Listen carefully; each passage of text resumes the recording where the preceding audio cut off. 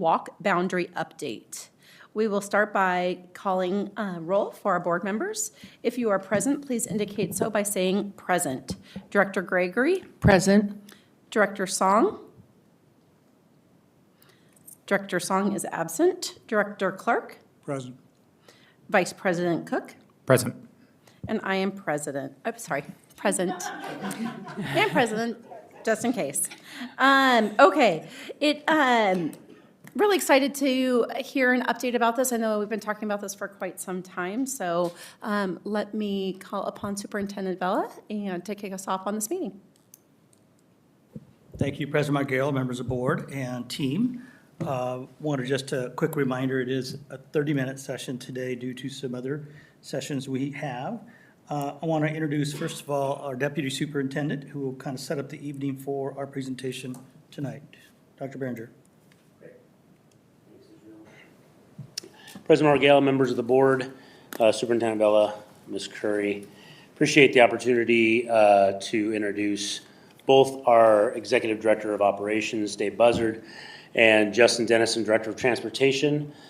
Justin has been working on this off and on over the last couple of years in conversation with his Assistant Director of Transportation, as well as his routing members of his team and drivers and things like that, as well as crunching numbers.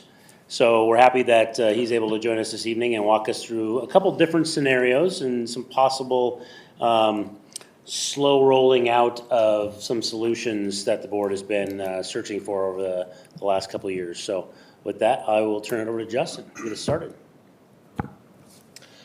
President Margale, directors of the board, Superintendent Vela, and Ms. Curry, thank you for having me today for the work session. I'm going to talk about where we're at with walk boundary.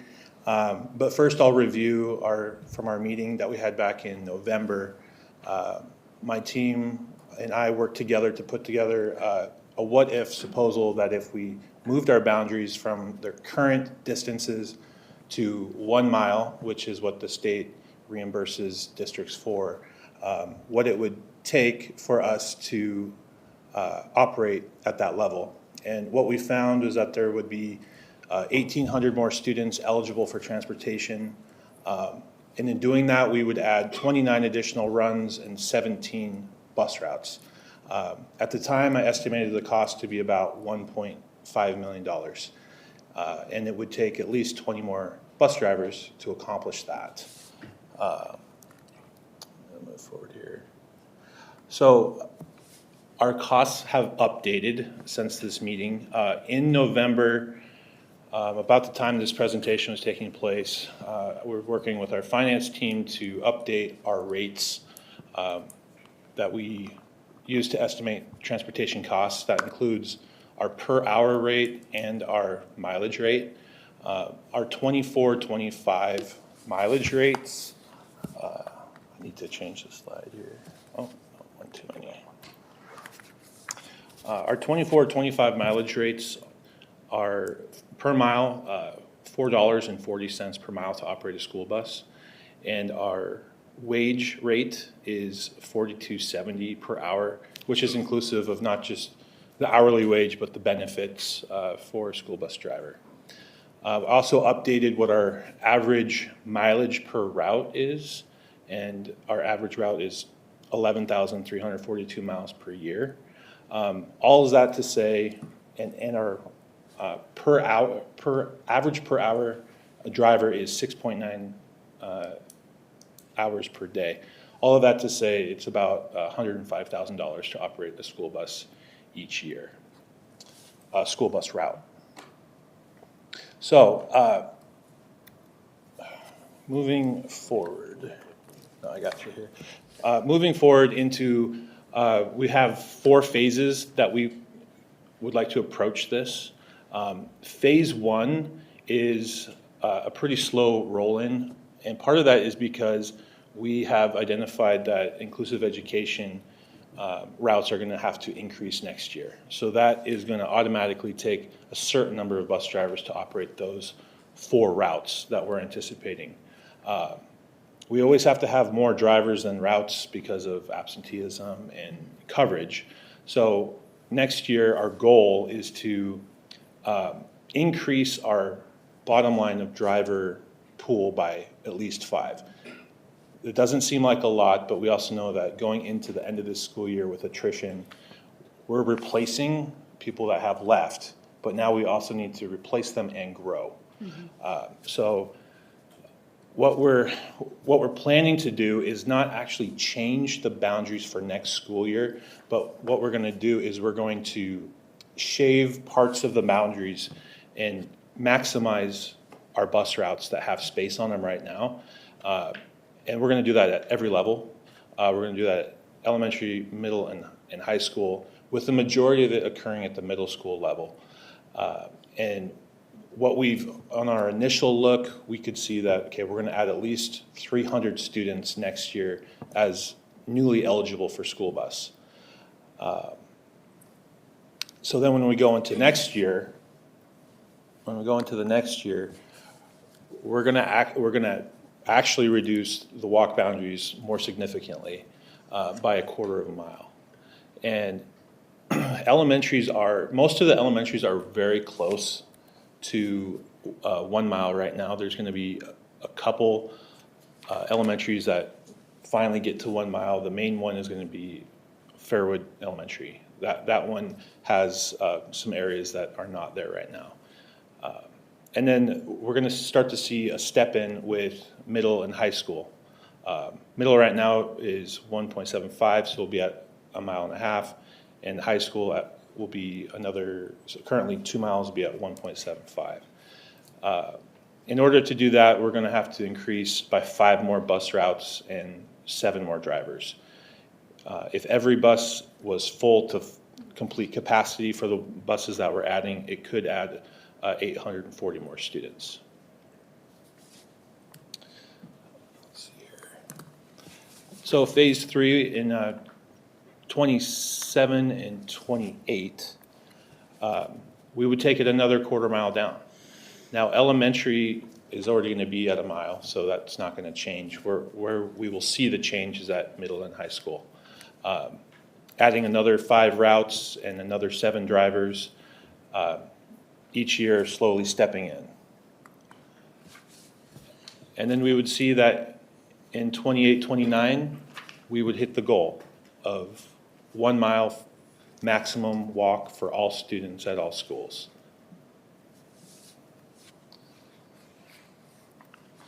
It's a little bit more aggressive to jump it up to 7 additional bus routes and 10 additional drivers, but that's what would get us there in a 4-phase timeframe.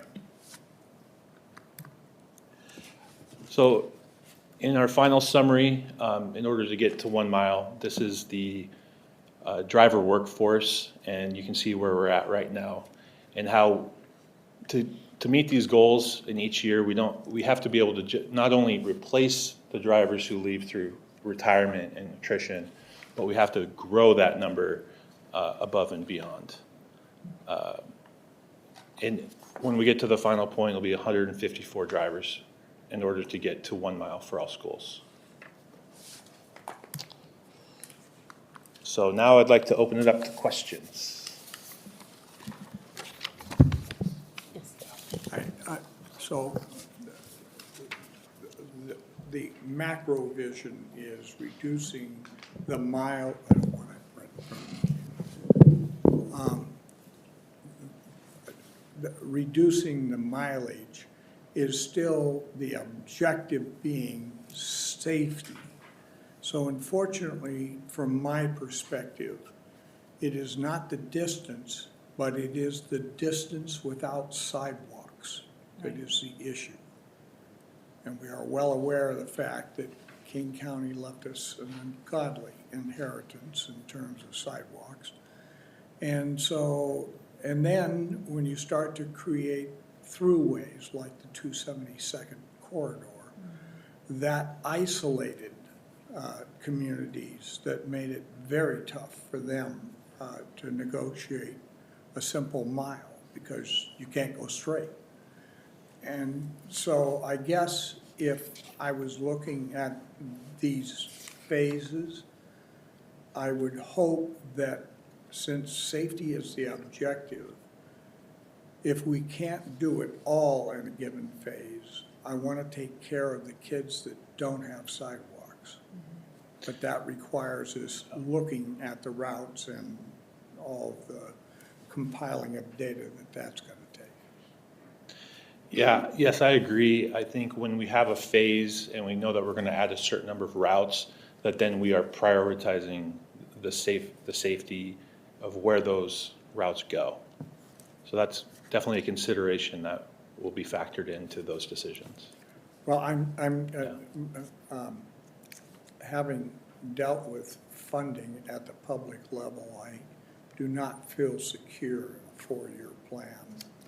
So I'm just saying that we may want to implement strategies to apply the phases and agree to that in advance, so that when we go to the public, we'll do this if we can, but this becomes the priority. No, I appreciate Director Clark, the statement and the focus, and I want to make sure the board understood, regardless of what you see, we're always working on the safety piece. We've talked about partnerships with city, county, et cetera. I know my team often works today on those, not simply current sites, there are sites that are not well seen by traffic. There are also construction happening with new developments and that we'll always work with them, but wanted just to point to the board out, we're always focusing on that. On top of that would be the focus on the routing that you just saw. So if you want to add anything else to that, just I know you often go to a lot of those safety meetings with our safety team and our partners. Yeah, transportation meets with our partners, with the city and the county, and, we take citizen concerns that get filtered to us from sometimes the citizens go directly to the city, and then it comes back to us, and sometimes it's the other way around, but we're working with our jurisdiction partners in that. Thank you. And Director Clark, I want to also add, I'll give you a perfect example of how we work collaboratively with our city partners. Over Canyon Ridge, when we opened that building up, the light at King Canyon 111th was not long enough. Traffic was backing up. Justin and his team that came out, they worked it out. I mean, that's how we just keep speaking and talking and working through things to make things better. Appreciate that. I just have a couple questions for clarification. I think about what the IRS reimbursement is for miles. I know that's not the same as a bus ride. Can you tell me what's inclusive in the 440 mile? Because we're talking like significant different, right? Where we're looking at under $1 compared to 440. Yeah, so the rate for the per mile, it includes all of the maintenance for a school bus, all of the fuel. I believe it includes the wages for our mechanics who are working on our buses. And so, yeah, we take our operating costs, and there's a calculation that OSPI has where we plug in the numbers, and our finance team helps us develop that rate based on what our expenses are to operate. Okay, and so what I hear is not included in that is the cost of the bus itself, Correct. and the bus driver's wage is not included in that because that's a separate calculation. Correct. Okay, Yeah. thank you. The next question I had on this was,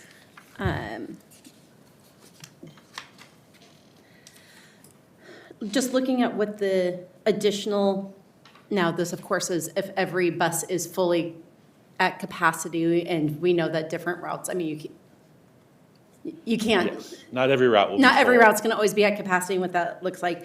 But, it says that we, at least in today, and we're expecting flat growth within the district over the years that's covered in this plan.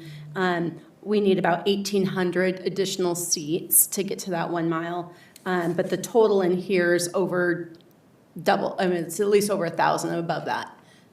So Be- is that, can you just speak to that, why we need to plan for 2,800, even though we're only needing 1,800? Yes, it has to do with with covering the area, the square footage. Covering the square footage of our district, timing of bell times, not everything is linear on these routes. So when we went through and estimated how many routes it was gonna take, we came back with, 17 more routes, and, yeah. Okay.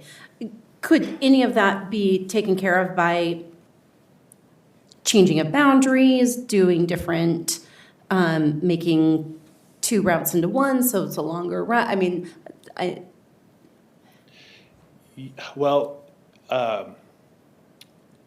that's kind of a complex question, but. Absolutely it is. There are cases where we are going to we're already trying to combine routes wherever we can. That's kind of already a given Yep. on what we operate on a daily basis.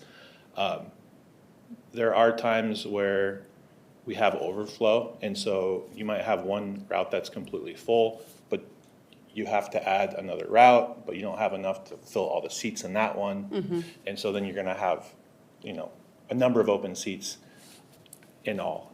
When it comes to how many runs we operate right now daily, it's over 350 runs. Yep. So there's a lot of complexities involved in the situations that we encounter, and it's difficult to give a quick response to that. But yeah, our goal is to be as efficient as possible. Of course. And that's where we landed right now. Yeah. So what I'm hearing you say so it is possible that efficiencies would be found once we actually start running that route and we find these middle schoolers at this school really like riding their bikes.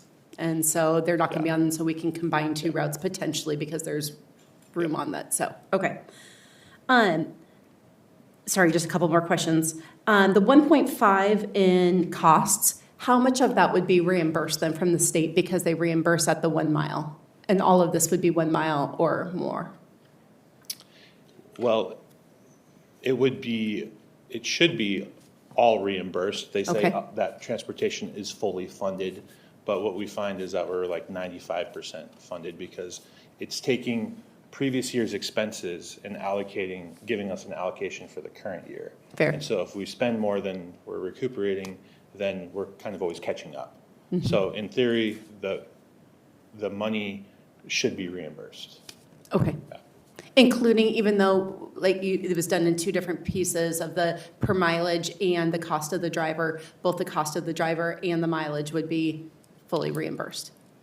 Yes, With there's not a the distinction caveat, there. yeah. Yeah, the expenses are reported in Program 99, and that's where the allocation comes from. Okay. And I'm sorry, I apologize, I'm asking a lot of detailed questions on this. The one additional question I had was, I didn't write down, and that's what happens when you don't write things down, you can't remember them 5 minutes later. Anyone else? I do have a question. Will adjusting bell times assist us in bus routes? Does that help us at all, or should we be looking at that in the future? Not next year, but potentially longer term? Will that help us if we adjust bell times? We have already probably the most complex bell times of any We of our do. surrounding Yeah. districts.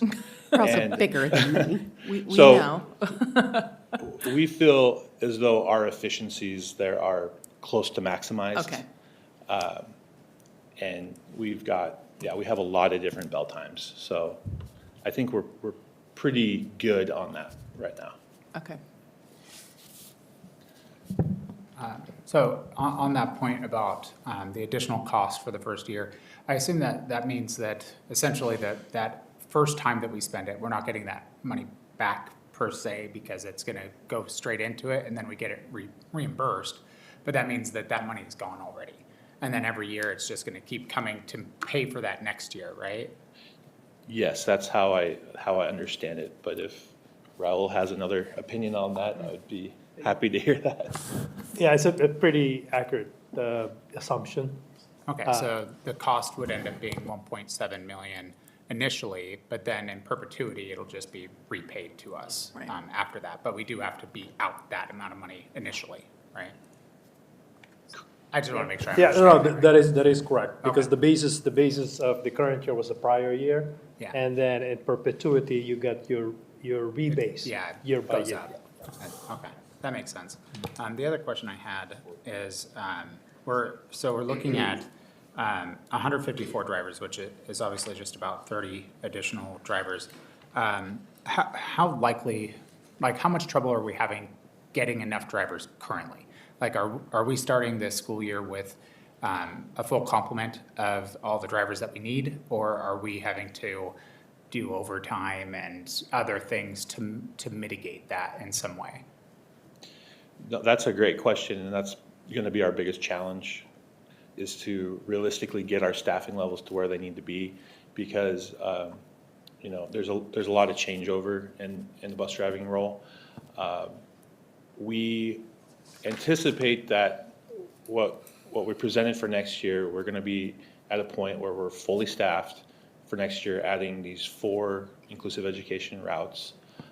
One thing that we're fortunate this summer is that 2 of our drivers who assist in our training department have been accepted to the Washington State Driver Trainer Instructor School.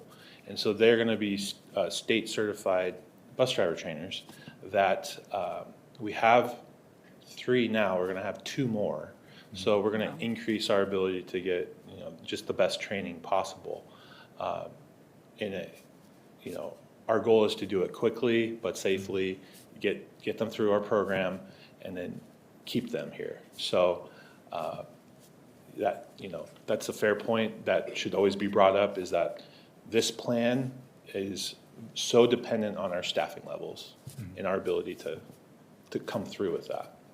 And how competitive are we in, like, the community surrounding districts compared to us? Like, what we're paying versus, Yeah. I don't know, whatever fringe benefits we can Yeah. offer, that sort of stuff?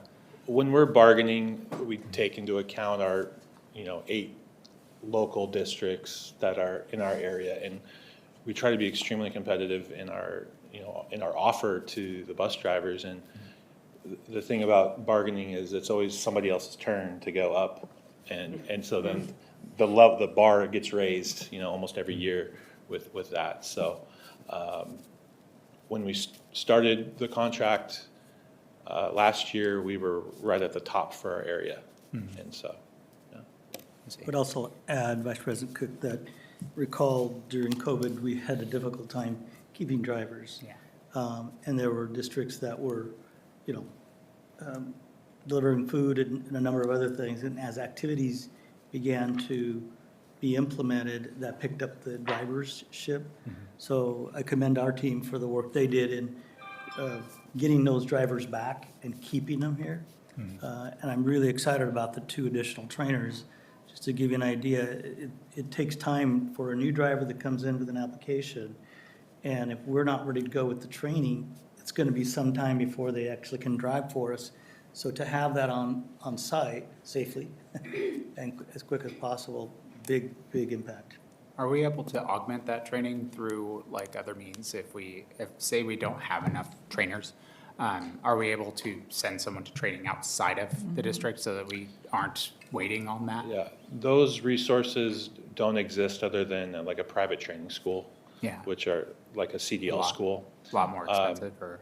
You know, we're able to handle the candidates that we have, and we have a system in place to do that. It's just a matter of getting enough of the applicants through the program. I mean, there's a lot of barriers to entry to become a Yeah. school bus driver, and there's a lot of things they need to do on their own before they show up that first day. Yeah, a lot of disqualifying things that they could have, or what have you. Oh, yeah, and this last year, we switched to the paid training model, which has been great. The feedback has been great, and really glad we did that. And that cost, is that the same as the other costs that we have, where if we spend it now, so like, let's say we do that sort of program, or if we improve that program and spend more on that, is it, again, just a one-time cost that we end up spending initially? And then going forward, that would just be part of our continuing amount coming from the state. So like it would behoove us to make it as attractive as possible. Is that something we can like look at as far as trying to get more people in the door? Yeah, we can look at that, and I can work with HR and how we approach that. And you're right about how it's more money up front, and then we get the reimbursement later. Yeah, well, I just think that that might be a good way for us to try and push to get more people applying at least and get that kind of kick-started so that at least we're not hindering ourselves just because we don't have enough benefits right off the bat or what have you. And I don't know what that would mean, but I just wouldn't want that to be the deciding factor for us not getting a couple of drivers that we need. Thank you. I have one more question. So age of our buses, more maintenance. I know that we're in talks of getting new buses. That's a different discussion. Will that help our number go down for overall for the cost to operate the buses if we had a newer set of buses, right? Does the maintenance Yeah. go down? That would be a factor because there would be less repairs. Right. In order to quantify that, I don't have those numbers right now, but that, yes, you're right in theory that a newer fleet would require less repairs, less maintenance, that would in turn have our. More efficient. More efficient, yeah. Our per mileage rate could lower. Okay. But I just would like to add that as you're saving money on maintenance, remember that the diesel cost Yes, is actually increasing, goes up. so. This is also a cost question. The 6.9 hours per day, is that just route time, or is that inclusive of activity and doing field trips in the middle of the day, doing football at the end of the day? That is a blended per hour, which includes extra work. Yeah, it does. That's a good catch on your part, that I think route time is actually a little bit less than that. And what we took was what we call the average, just their average daily number of hours is what that is. Okay. Yeah. So presumably, we might have more drivers that could do some of those activities, and hopefully, we wouldn't ever have a scramble of trying to get an activity bus for Yeah. a girls' swim team or Yeah. whatever it Or might be. chartering an athletic Exactly. run. Yeah. Yes, Yeah. wonderful. Yeah. Thank you. Sorry, I thought of one other question. On to Director Clark's questions on the boundaries and walkability, so to say, of the routes. And that first phase coming next year, and we're trying to reduce the farthest edges. Are we doing that just based on distance, or are we looking at that based on, yeah, this one's further away, but it also has a sidewalk all the way there? Yeah. Are we taking that into account? We are taking that into account, and I have a number of areas where I've received frequent contacts from the community, and so some of those frequent contacts are gonna get addressed. Okay, that's good. I'm just glad we're not just saying, oh, it's farther, so we're gonna do it without that thought. Thank you. Wonderful. Any last comments? No, I just wanted to thank our team, and if you've had the opportunity to hear any of these presentations on transportation, they are very efficient, very detailed and thorough, and they work very hard in our transportation area. So thank you to the team. Yes, thank you, Brunch. Yeah. It is 4:59, and we are adjourning this work session. As publicly announced on BoardDocs on our website, this evening's executive session has been canceled. We'll return at 6:30 PM to call our regular meeting to order. Thank you.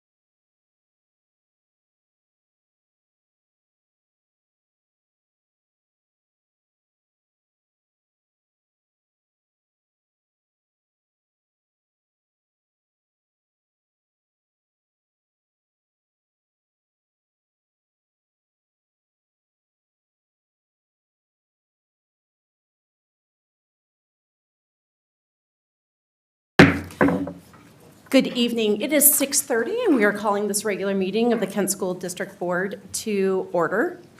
We will take a roll call of our board members. Please indicate your presence by saying present when your name is called. Director Gregory. Present. Director Song. Present. Director Clark. Present. Vice President Cook. Present. And I am present. Vice President Cook, will you lead us in the Pledge of Allegiance? I pledge allegiance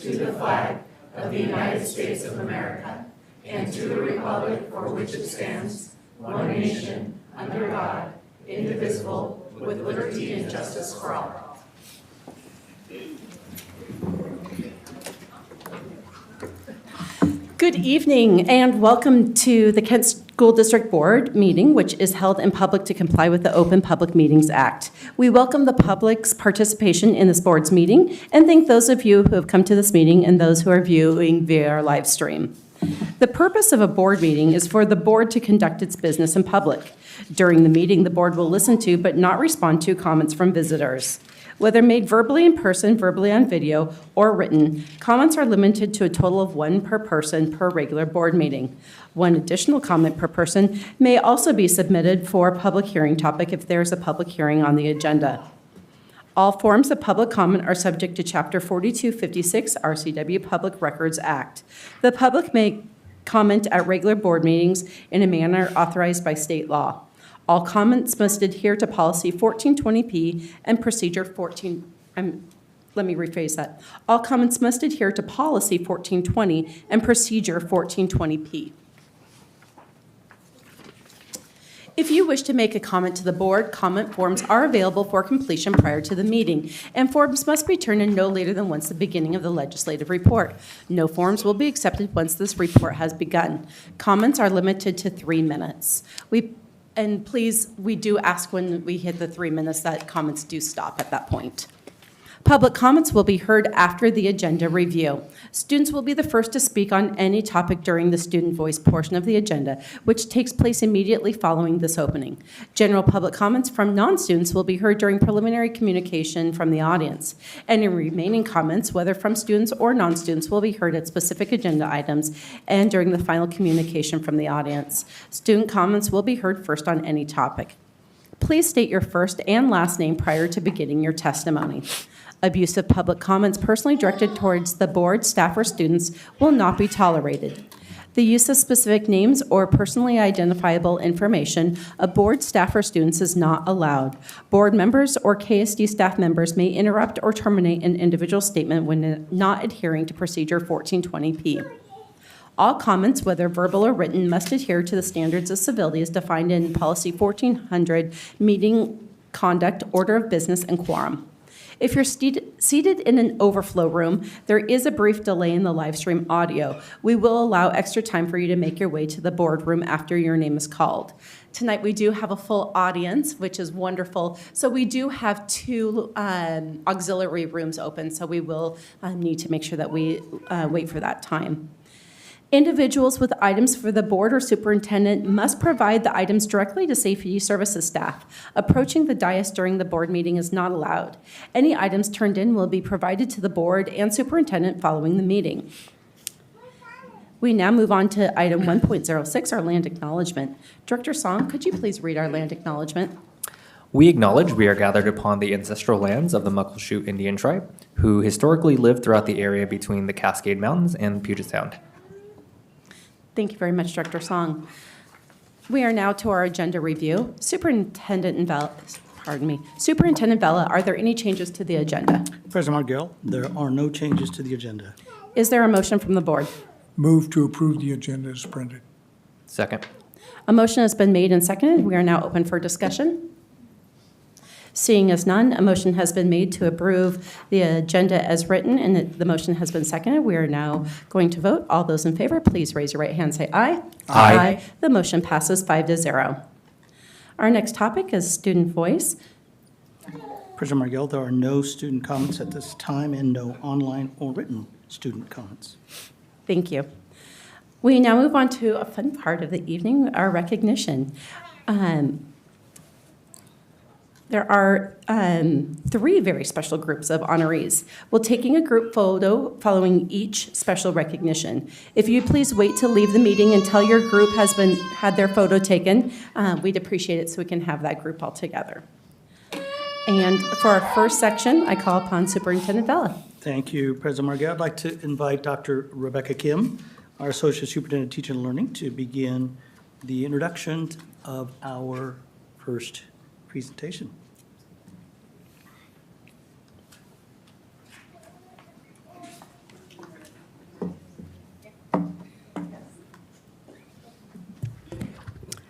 President Margell, directors of the board, Superintendent Vela, Ms. Curry. We are so thrilled to be able to once again share with you the winners of our Minecraft Challenge. As you know, this began when we began our transition from our 6th grade students moving to middle school, and we're so excited to share the work that's been sustained. So without further ado, I'm going to introduce one of our teaching and learning instructional technology integration specialists, Megan, who will share more about the journey and recognize some of our amazing students here in KSD.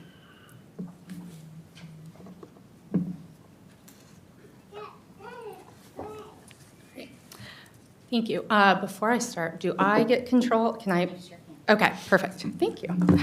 Good evening, President Margell, Vice President Cook, directors of the board, Superintendent Vela, and Ms. Curry. I'm thrilled to be here tonight to share the winners of this year's Minecraft Inclusive School Challenge. This marks the 3rd year that the instructional integration team has offered this exciting opportunity to our 5th graders across the Kent School District. This year, we were proud to partner. Now I gotta figure out how to do it. There we go. This year, we were proud to be able to partner with the Goal 4 Strategic Plan Committee to help our students dive deeper into what it means to create inclusive school environments.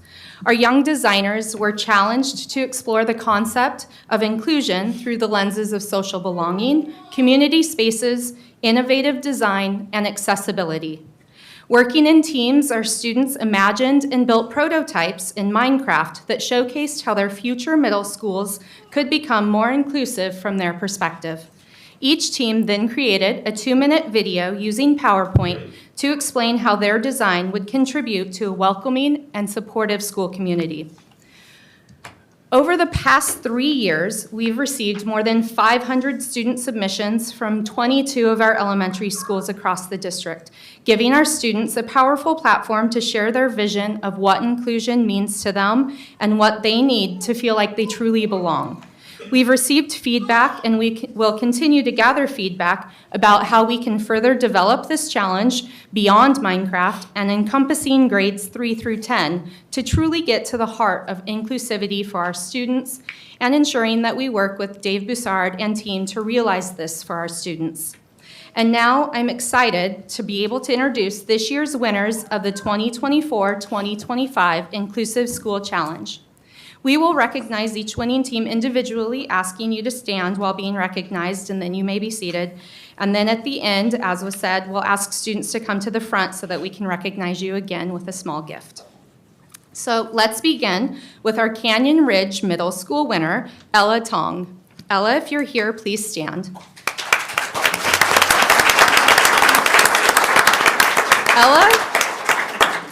Ella is currently a student at East Hill Elementary School and focused on community spaces, designing a school garden for students and staff, a quiet study room, and even a prayer room, all spaces to foster connection, calm, and inclusion.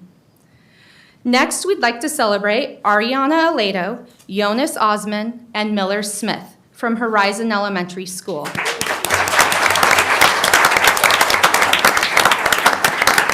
These students designed an inclusive space for Cedar Heights Middle School.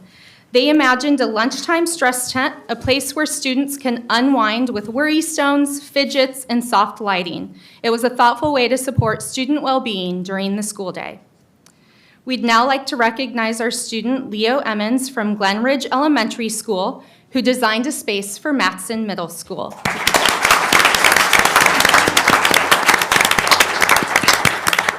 Leo's project centered on creating a welcoming environment, including accessibility ramps, outdoor break areas, and ideas for celebrating diversity and culture. Our next team is Camilla Youssef, Mimi Wang, and Lizzie Cha from Carriage Crest Elementary School.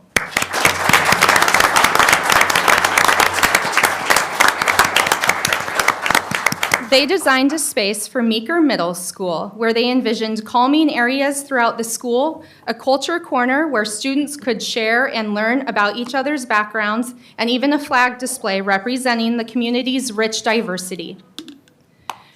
Representing Mill Creek Middle School, we have Ridwan Mohammed, Simerdeep Singh, and Azuraman Nazari from River Ridge Elementary School.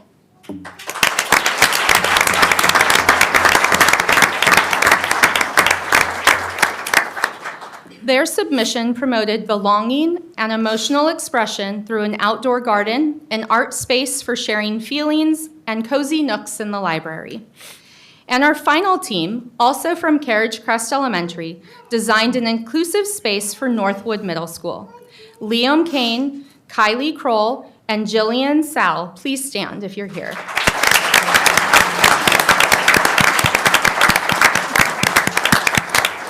Their design included features for all learners, adjustable seating, push-button doors, and a calming corner with options for journaling, drawing, reading, and even playing with slime.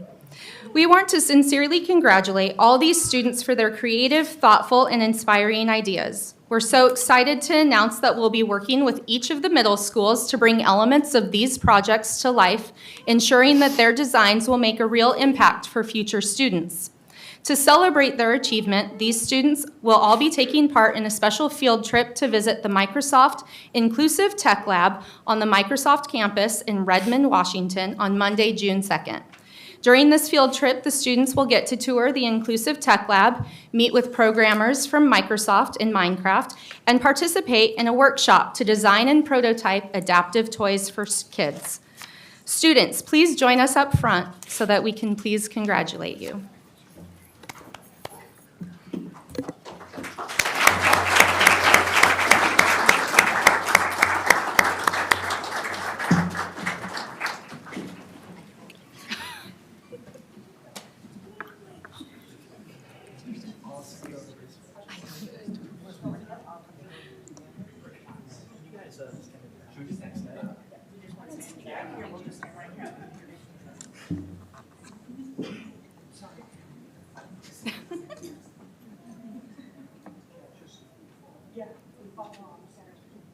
Count of three. Let's get a Minecraft.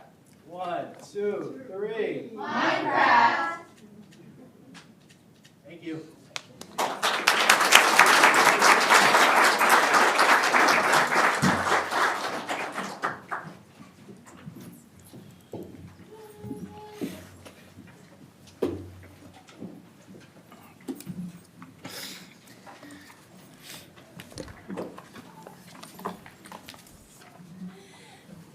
Congratulations and thank you very much to our Minecraft Inclusive School Challenge winners. I think it doesn't hurt to be said, but there are so many great ideas from our students. We just need to make sure that we're asking them and implementing them. So thank you for your time and your dedication to making our district a better place.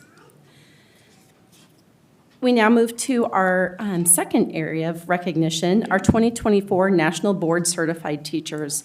And again, I call upon Superintendent Bella. Thank you, President Markell. I'd like to re-invite Dr. Rebecca Kim to come on up and begin our National Board Certified Teacher recognition. Hello again.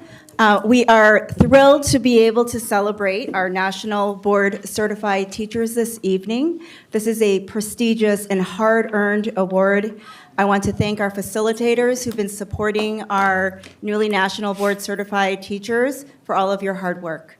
With that, I am going to have our Executive Director of Teaching and Learning, Cynthia Green, take the spotlight.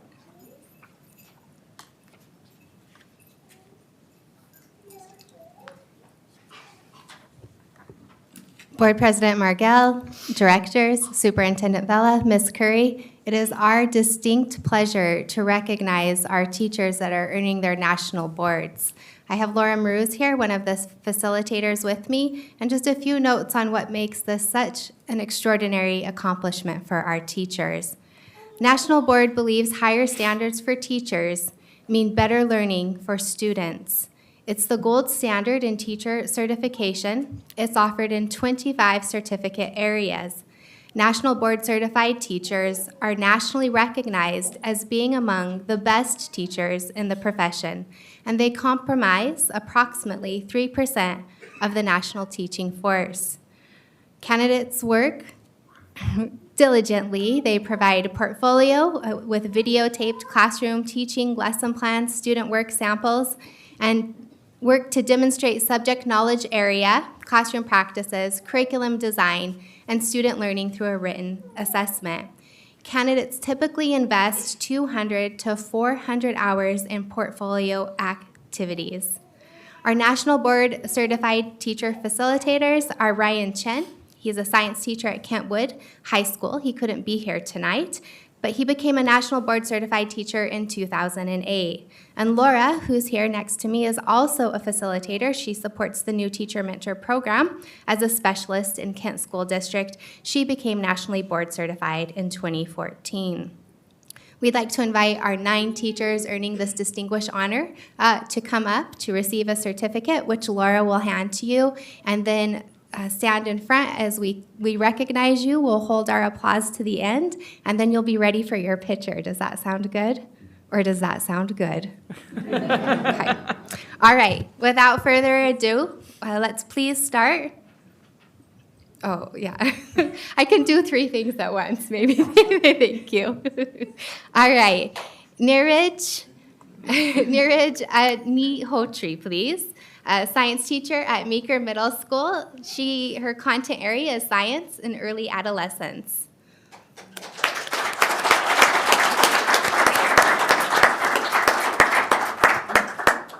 Next, Virginia Barkley, MLE teacher at Kent Meridian High School. Content area English Language Arts, Adolescence, and Young Adulthood.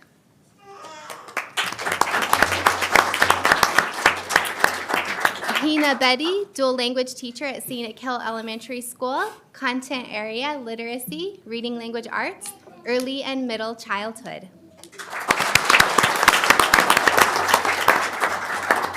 Taylor Holland, first grade teacher at Horizon Elementary. Content area, literacy, reading language arts, early and middle childhood.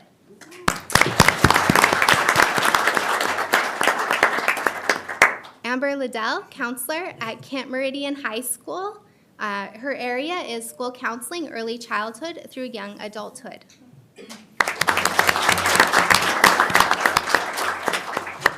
Carly Parsons, dual language teacher at Scenic Hill Elementary School. Content area, literacy, reading language arts, early and middle childhood.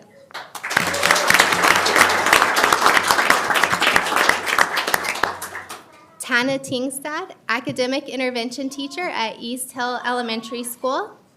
Area, literacy, reading, language arts, early and middle childhood.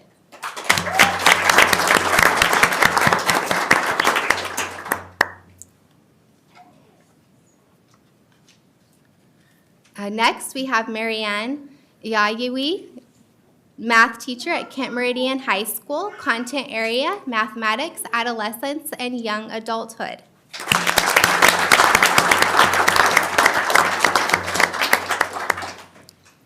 And we have Tree Nguyen, math teacher at Cedar Heights Middle School. Content area, mathematics, early adolescence.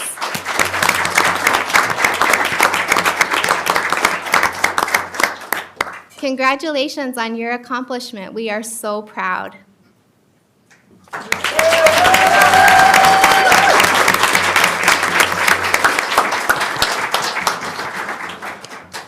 Thank you.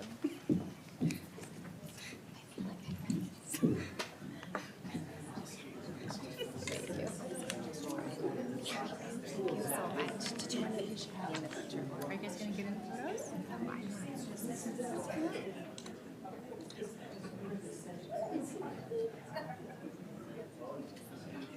Count of 3. 1, 2, 3. Congratulations.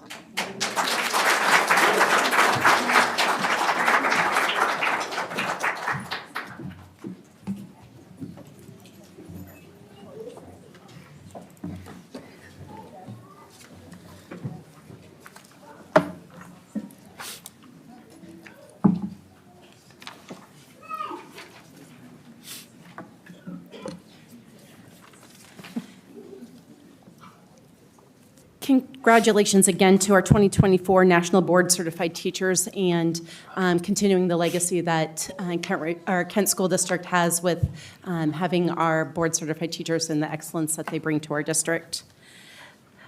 We now get to move to section 3.03, our Employees of the Year. Again, Superintendent Bella. Thank you, President Margell. I'd like to invite Mr. Damon Hunter, Associate Superintendent of Human Resources, to begin our recognition. Thank you. Good evening, President Margell, members of the board, Superintendent Vela, Ms. Curry. In the fast-paced world of human resources, it is easy to get caught up in the whirlwind of daily activities we oversee, from investigations to managing 9 collective bargaining agreements. However, this evening, we pause to celebrate, recognize, and honor the unwavering commitment of our 2024 KSD Employees of the Year. Their dedication not only upholds, but also elevates the standard of excellence within our Kent School District. Without further ado, I'll turn it over to our Director of Labor, Christine Benedetti, and our Assistant Director of Employment Support, Irene Aguilar, to share the process. Thank you, Damon. President Margell, Vice President Cook, board members, Superintendent Vela, and Ms. Curry. It is our honor in collaboration with Human Resources, Community and Public Affairs, Executive Cabinet members, and KSD leadership to announce this year's Employees of the Year. The HR team coordinated closely with each recipient's supervisor to plan meaningful and personalized announcements at each of their work locations.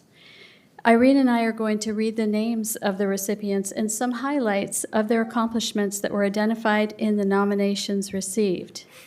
Please come forward when your name is called.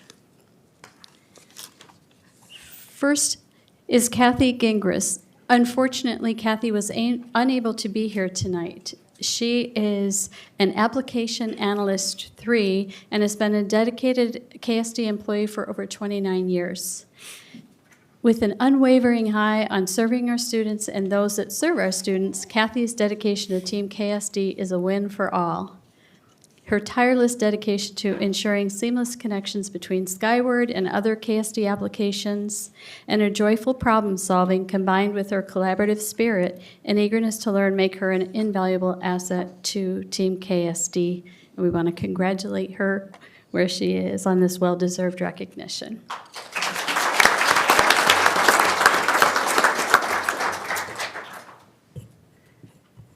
Thank you. Our next employee is Carmen Norton, who is also not here tonight. But Carmen is completing her 23rd year with the Team Kent School District. Carmen's warm and welcoming nature shines through as she greets each student and their families, ensuring they feel comfortable and invited. She goes above and beyond to form personal connections, knowing every student who rides her bus and providing them with support and encouragement. Carmen is a strong advocate for safety, instilling its importance in all her students while treating them with respect and receiving the same in return. She promotes leadership by encouraging older students to set an example for younger ones and fosters inclusivity by asking bilingual students to translate for new families, instilling pride in their abilities. Her positive relationship with students, parents, and colleagues are a testament to her reliability and supportiveness. Carmen is always willing to help and step in when needed. Her cheerful and friendly demeanor makes everyone feel welcome, including new drivers. It is clear that Carmen truly embodies the qualities of an outstanding bus driver and a supportive member of the Kent School District community, and deserves this recognition for her dedication and positive impact. Congratulations, Carmen, for being named the Teamsters Employee of the Year.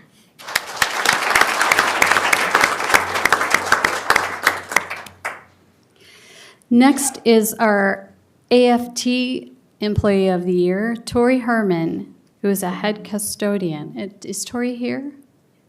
Yes, please come forward.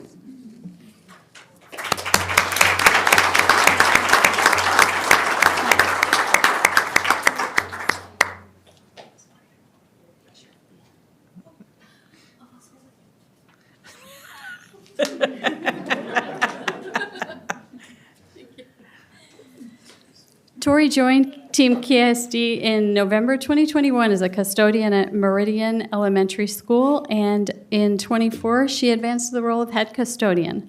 She's made a significant impact at Meridian Elementary School by creating a warm and inviting lunchroom environment. She empowers students of all grade levels to become leaders by selecting lunchtime helpers, encouraging even the shyest students to grow and lead. Beyond her role as head custodian, Tori volunteers as a stage manager for school plays, participating in every rehearsal and performance. Tori's dedication to creating a welcoming lunchroom, fostering student leadership, and invaluable contributions as stage manager truly exemplify the spirit of the KSD community. Congratulations, Tori, on being named the AFT Employee of the Year.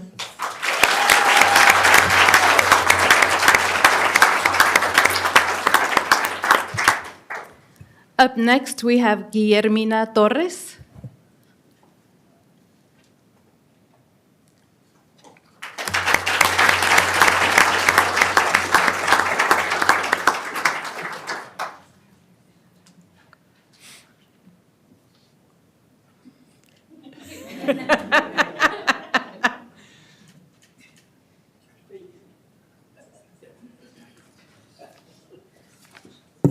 So Guillermina Torres has been the Student Achievement Specialist at Kent Meridian High School since 2022.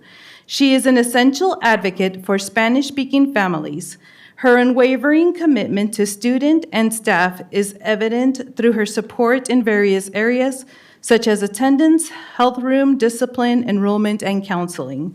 Guillermina plays a pivotal role in community engagement, contributing significantly to the success of the MLE community. She also collaborates with Centro Rendu to ensure a smooth transition for middle school families to high school, creating a welcoming environment free of language barriers. Her visible presence at KM ensures that families feel heard and included, fostering a sense of belonging and encouraging them to express their concerns. Guillermina's relentless drive, positivity, and precision have greatly increased family investment in their children's education, boosting students' chances of excelling and graduating. Her dedication and ability to meet families' needs consistently make her a vital asset to the Kent School District. Congratulations on being named Non-Rep Support Staff Employee of the Year, Guillermina.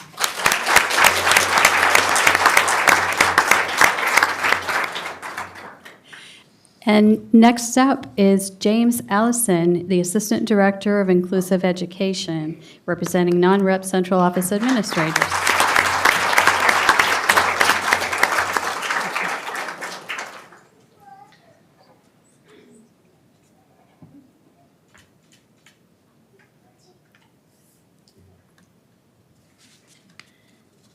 James first joined Team KSD in the spring of 2010 as a coach and continued through 2018 in roles including speech-language pathologist and program specialist. He took a break from KSD in 2018 but returned in 2022 as Assistant Director for Inclusive Education. James has been instrumental in supporting IEP teams by developing rigorous plans, allocating necessary staffing, and overseeing district-level processes. He champions equity for all students with IEP, creating systems to uphold their rights through the Inclusive Education Practice Guide. James adopts a whole child approach, considering both trauma and disabilities when allocating support, showcasing his comprehensive commitment to student well-being. Known for his approachability, knowledge, kindness, honesty, and respect, James builds relationships built on trust and collaboration. His dedication and leadership make James very deserving of this recognition. Congratulations, James, on being named the Non-Rep Central Office Admin Employee of the Year.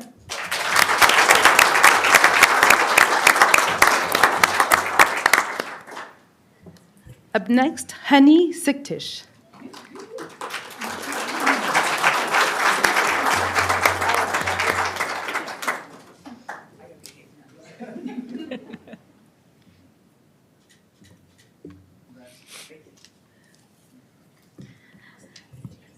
Hani Siktish has been with Team KSD since 2004. In addition to being a coach, Hani has worked as a paraeducator and is currently a speech-language assistant. In her coaching role, Hani is a remarkable leader, mentor, and advocate for inclusion. As a head coach of the Unified Program, she creates an environment where athletes of all abilities feel valued and empowered. She ensures every student has the opportunity to enjoy sports by listening to their preferences and making necessary modifications for participation. Beyond teaching sports fundamentals, Coach Hani uplifts every player, making them an integral part of the team. She organizes activities to foster unity and support among students, and is often seen in the enthusiastic attendance at meets and games.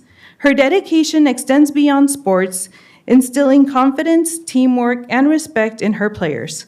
Coach Honey's hope is that her students leave Kentwood High School knowing they matter and can make a difference in others' lives as team players and leaders.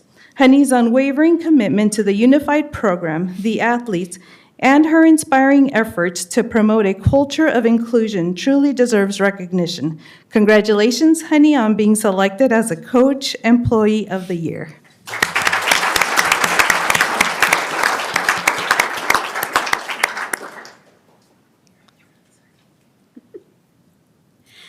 Next, we have Michelle Moreno, who is the office manager and KOP Employee of the Year.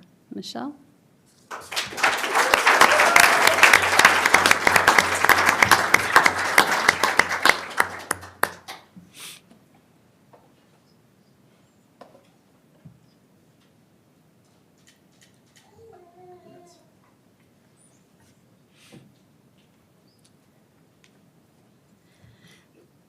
Michelle joined Team KSD almost 14 years ago as a paraeducator at Jenkins Creek Elementary.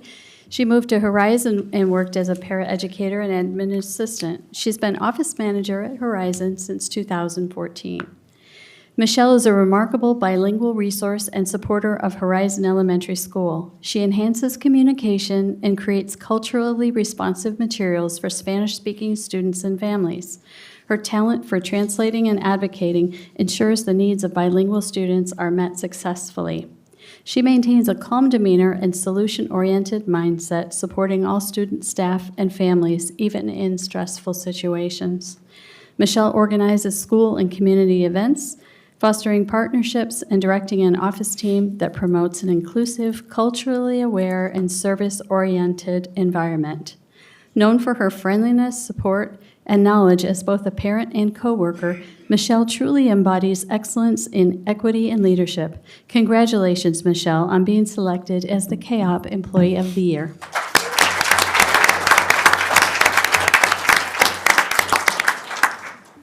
Up next, we have Nicole Rodriguez.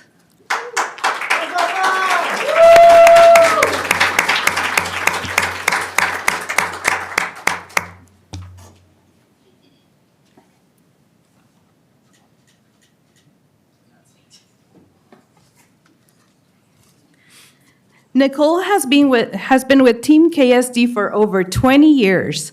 During that time, she has served students at the elementary, middle, and high school levels. Nicole has been at Kentridge since 2014 and 2015 school year. Nicole has been instrumental in preparing students to be global citizens by fostering an inclusive learning environment that promotes empathy, collaboration, and understanding of diverse perspectives. She emphasizes patience, adaptability, and problem-solving, essential for success in a global society.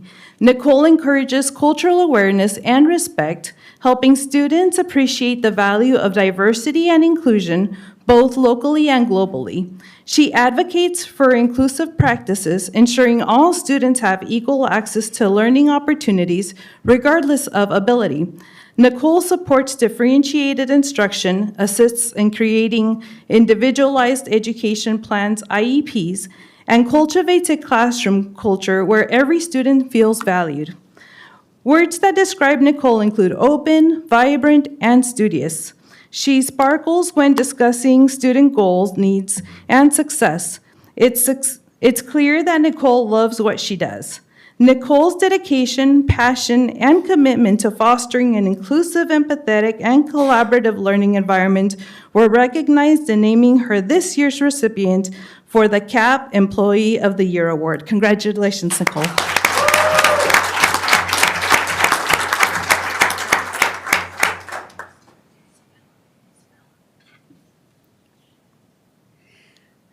And next up, we have Sabella Curtis.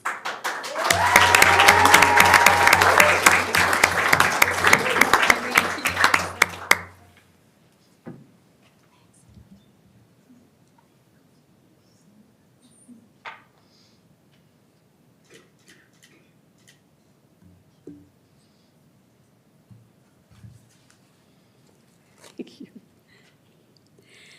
Sabella started working in the Kent School District in 2021. Her initial position was an ELL paraeducator at Park Orchard Elementary. In 2022, Sabella moved to her current role as kindergarten dual language teacher at Scenic Hill Elementary School. Sabella fosters language development, cultural awareness, and a love for learning in the formative years. By immersing students in a bilingual world, she instills an appreciation for language and culture. Her classroom is vibrant, welcoming, and reflective of diverse cultures and languages, with posters and learning materials in both Spanish and English. She tailors her teaching to meet each student's needs by learning about their interests, strengths, and challenges. She builds strong relationships with students and families, collaborates with colleagues to share best practices, facilitates professional learning opportunities, and promotes a culture of health and community within the school. Your dedication to fostering language development, cultural awareness, and a love for learning is truly inspiring. Congratulations, Sabella, on being named Teacher of the Year.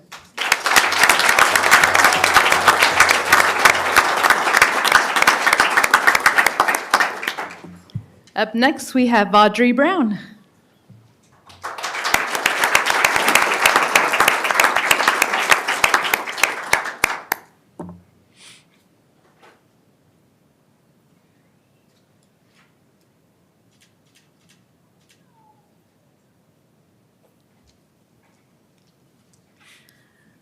Vaudrey has been a member of KSD and Mill Creek community since 2015. She is a passionate advocate for equity, always working hard to create amazing systems at Mill Creek that support every student group. She also champions equity for all KSD school counselors and psychologists at the district level. Her dedication to community shines through her efforts in establishing Mill Creek's PTA and organizing chaperones, volunteers, and community members for fun events like field trips, picture day, and career day. Vaudrey's enthusiasm for her role as a counselor is truly infectious. She brings joy and smiles to everyone, even when handling tough cases. Her wisdom and expertise in counseling are admired by all her colleagues. Always polite and encouraging, Vaudrey's positive spirit lifts both students and staff. Her staunch commitment to equity, community engagement, and her contagious enthusiasm make her a true treasure at Mill Creek. Congratulations, Vaudrey, on being selected as the KEA Non-Classroom Certificated Employee of the Year.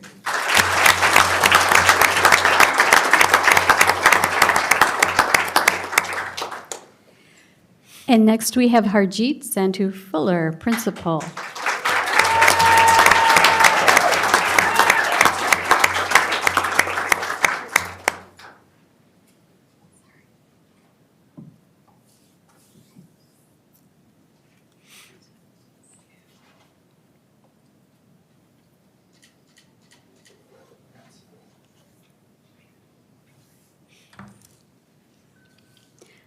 Harjeet joined Team KSD almost 14 years ago. She's been a principal at Scenic Hill since the 2013-2014 school year. Harjeet leverages data and technology to address achievement gaps and implements targeted interventions tailored to student needs. She ensures students are equipped with essential communication and technological skills to thrive in today's interconnected world. Harjeet excels in building strong community and family partnerships, collaborating with local businesses, nonprofits, and civic organizations to provide enriching opportunities for students and families. Harjeet combines equity and excellence to promote high expectations, inclusion, and achievement for all students. Her background as an immigrant and multilingual learner has deeply influenced her approach to preparing students. Harjeet demonstrates inclusive and challenging teacher instruction, investing in staff training to tackle unconscious biases, teach in culturally responsive ways, and apply discipline fairly. She encourages creative thinking and risk-taking in learning and teaching. She empowers her staff to be confident leaders and encourages community connections within the school.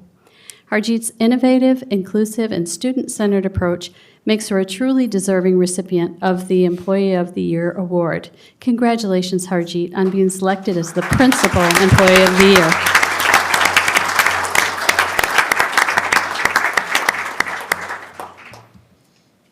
Up next, we have Jana Shaban.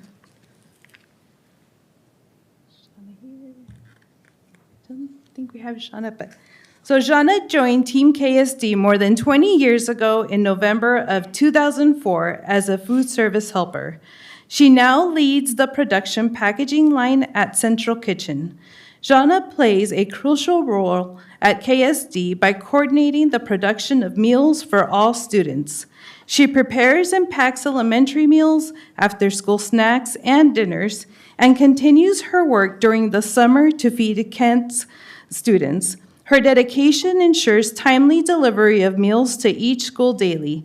Jana is known for her respectful and kind treatment of employees from diverse ethnic backgrounds.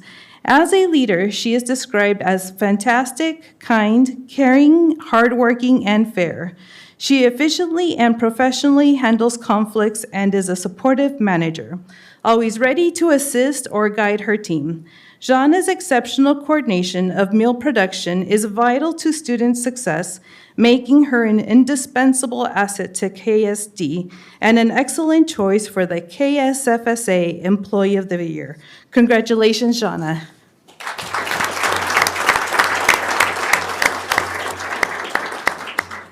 Congratulations to all of our worthy recipients.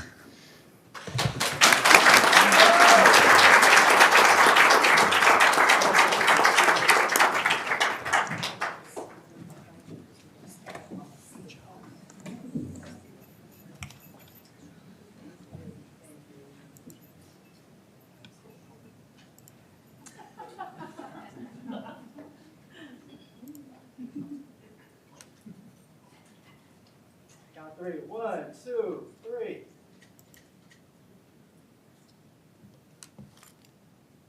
Do you want me to move? Yeah, to your left, just a little bit. I want you to neutral. I see that. 1, 2, 3. Congratulations.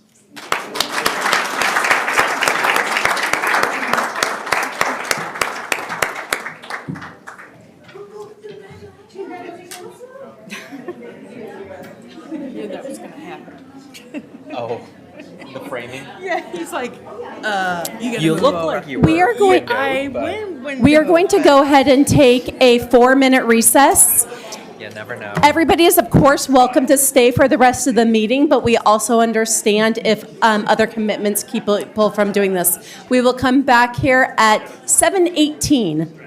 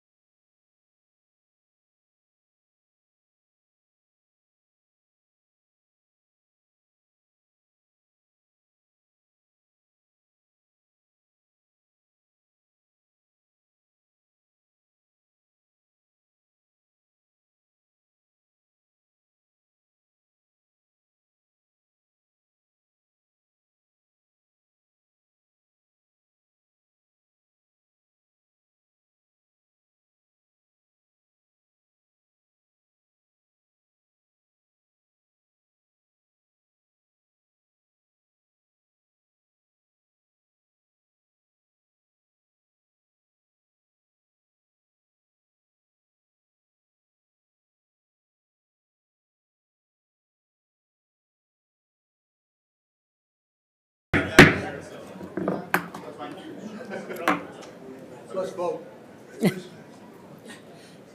I'm going to call the board back to the dais, please. And if we're still broadcasting into the live stream rooms, we have plenty of room now in our main boardroom, and would encourage everybody to come join us in here.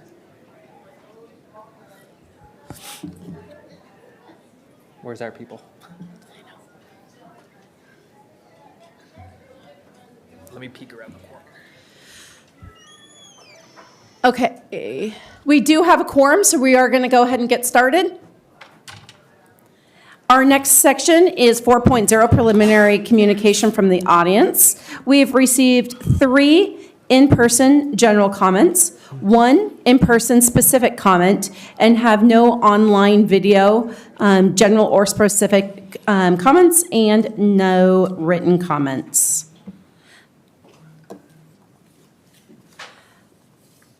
Our first speaker I'd like to welcome is Patricia Weiler.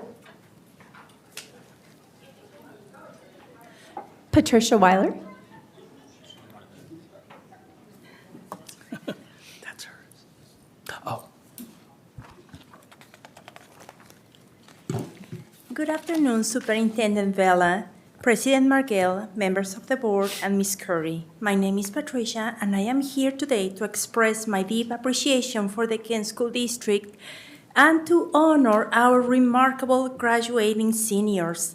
It's inspiring to me to reflect on the generations of students who have walked these halls, learned from dedicated educators, and proudly graduated. And today, we celebrate the next chapter of that legacy. I want to thank the administrators, educators, mentors, specialists, and every staff member who has helped shape our students' journeys. Your commitment changes lives. While we always strive to grow and improve, it's just as important to pause and recognize the life-changing services our district provides entirely free of charge. Special education evaluations, nutritious meals, safe, welcoming campuses, rich instructional curriculum, interpreting and adaptive technologies, reliable transportation, and diverse learning opportunities. These aren't just services, they are lifelines. Coming from a country where families often pay for even the most basic support, I am especially grateful for the Kent School District's unwavering commitment to equity, inclusion, and opportunity for all. To our graduating students, congratulations. This milestone is yours. As you walk across the stage, know that you carry with you the hopes, pride, and admiration of an entire community. Whether your next step is college, trade school, community college, a job, or a year of self-discovery, go boldly, go proudly, and never stop growing. June 14 is your day. You earn it. And finally, a heartfelt acknowledgement to those students, including my own daughter, who have chosen to serve in the United States military. Your courage and sacrifice commands our deepest respect. The road ahead may be challenging, but you are ready. Seniors, my dear seniors, you are resilient, you are prepared, and above all, you are KSD strong. Congratulations to the class of 2025. You make us proud. Thank you. I'm sorry, I do ask that the audience not clap. I know. Our next speaker is Caitlin Tin.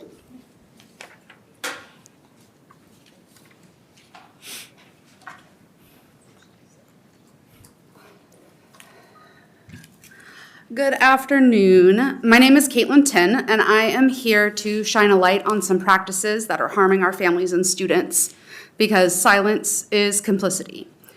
I followed procedure 4220P to file a formal complaint of staff misconduct. This process was confusing and lacked clear communication. Families deserve a process that is accessible and transparent, not one that feels like navigating a maze.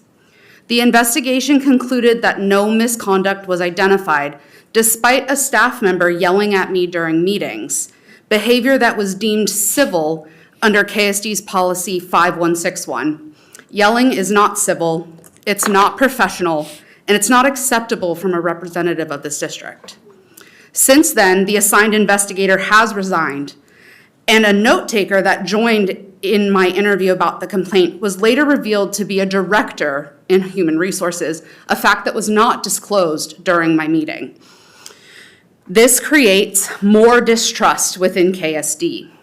Now, I would like to speak to some of the dysfunction of the inclusive education department. I've supported students and families for over 10 years in special education, and I've never witnessed anything like this. In one case involving department leadership, we've asked countless questions, most are still unanswered, and the few responses we've received took weeks. We were told SBA testing would be addressed, then told it wasn't the central office's responsibility, all while being instructed not to contact the student's home school directly. We've been gaslit repeatedly with references to data, but no sources of that data provided. We've been direct in our communication, but bullied to the point that we requested OSPI mediation in our meetings, which was denied unilaterally with no explanation. The individuals involved have created a hostile environment and complete distrust in KSD. Despite repeated requests for them to be removed from the team, they remain on the team, making decisions that obstruct a student's right to a free and appropriate public education. We were told by this member of the team that they could not be removed from the team, which is in fact a false statement. The district could offer another LEA representative for our team. Superintendent Vela and the board, these actions are harming families and students that you were entrusted to serve. Board, you were elected to represent us. If you continue to ignore the crisis within the inclusive education department, the legal liability building here will take the district down faster than you think. Thank you. Our next speaker is Jennifer Liggett.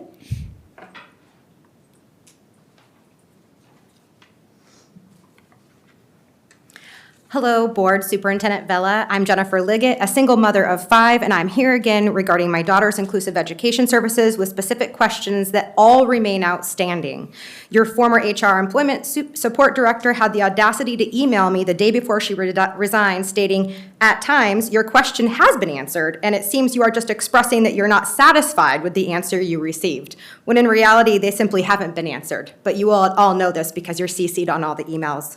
Number 1, what are the specific days and times of both of my daughter's Yellowwood NPA submissions? 2, what is the official KSD policy on VIPS individuals working one-to-one with students? If no such policy exists, why was my request for a 15-minute social engagement time at Cedar Valley Elementary denied, as our IEP director stated that VIPS individuals can't work one-to-one with students? If that's the case, the district has a lot of explaining to do.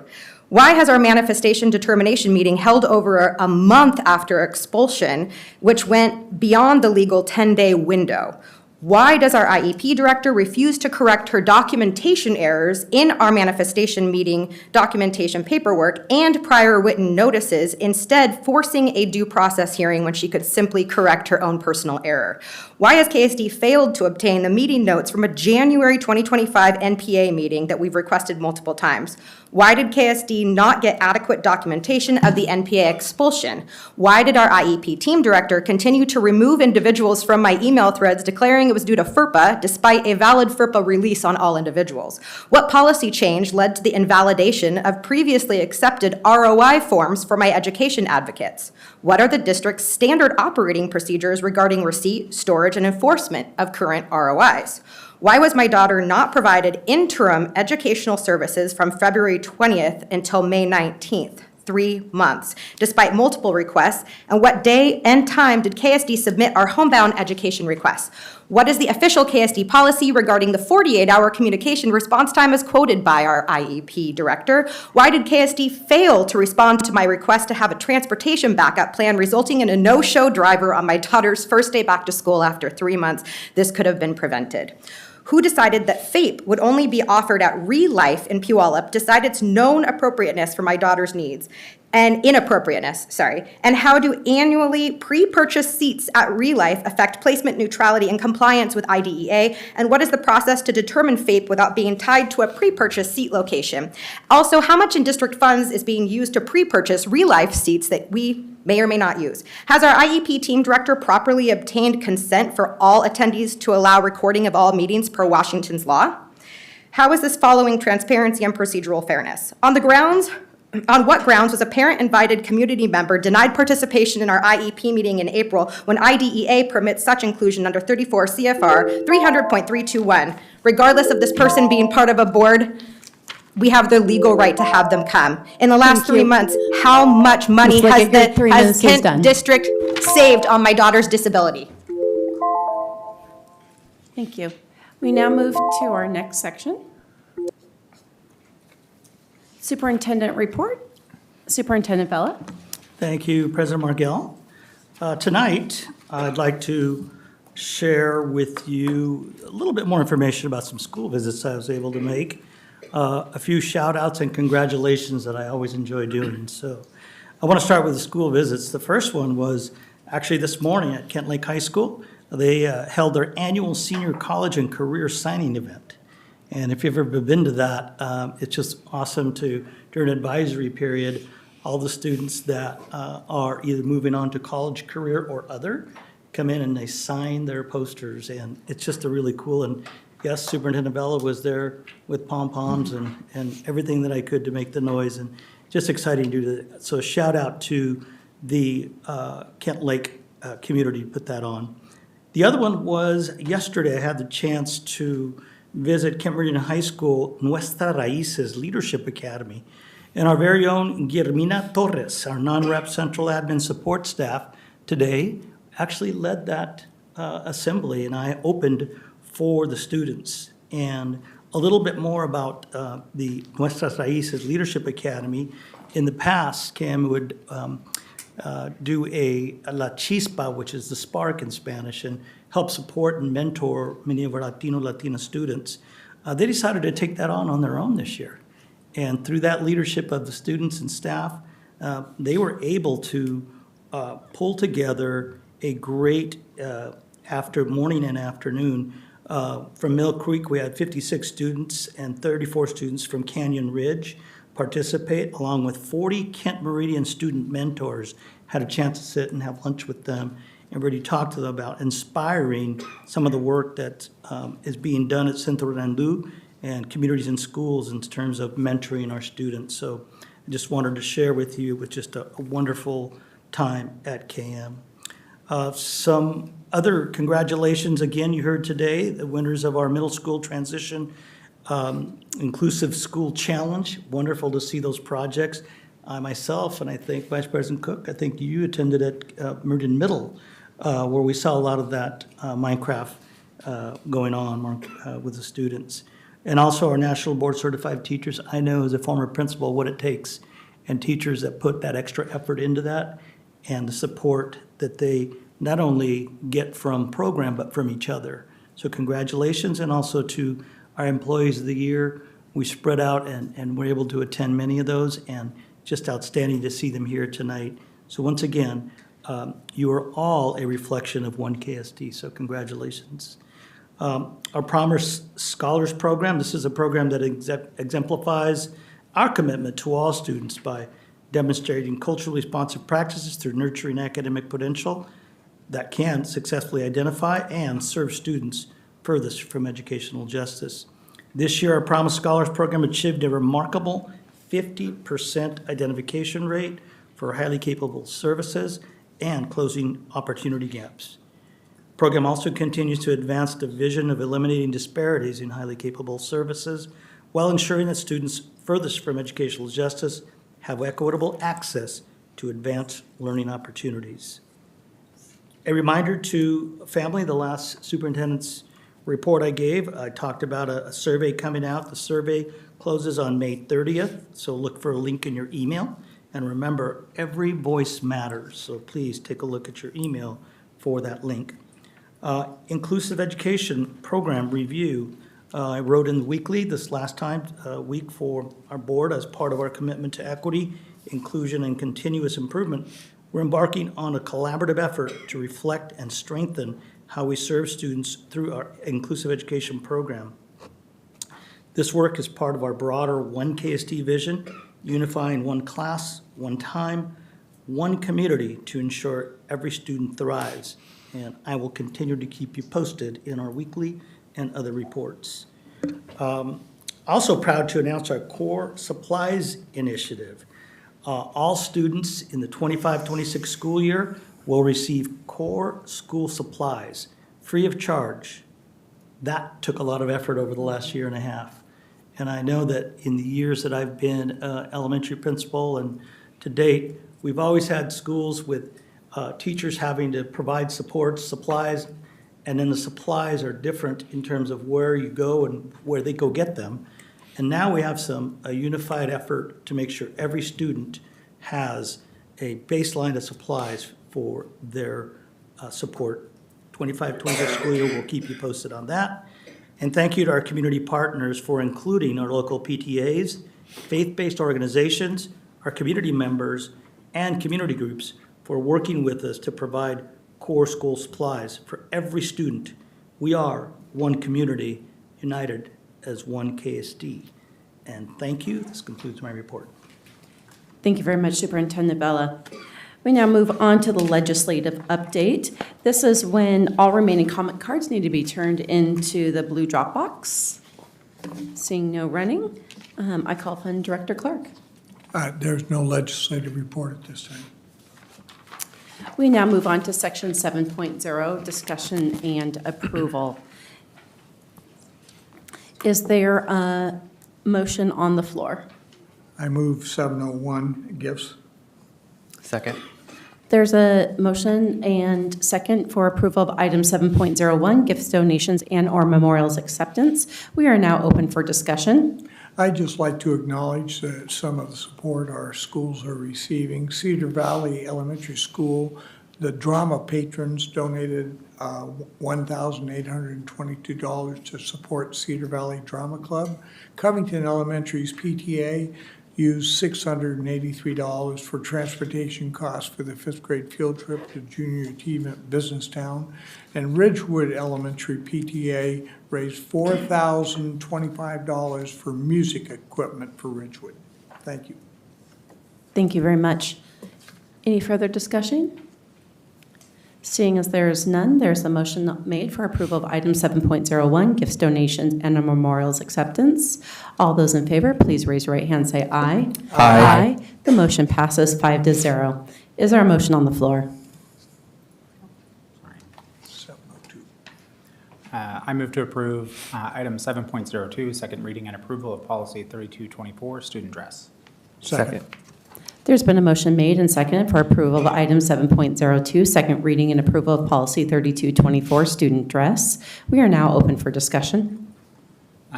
As far as I can tell in this, it looks like it's just an update from WASDA's guidance, as well as removing some gender-specific wording in here.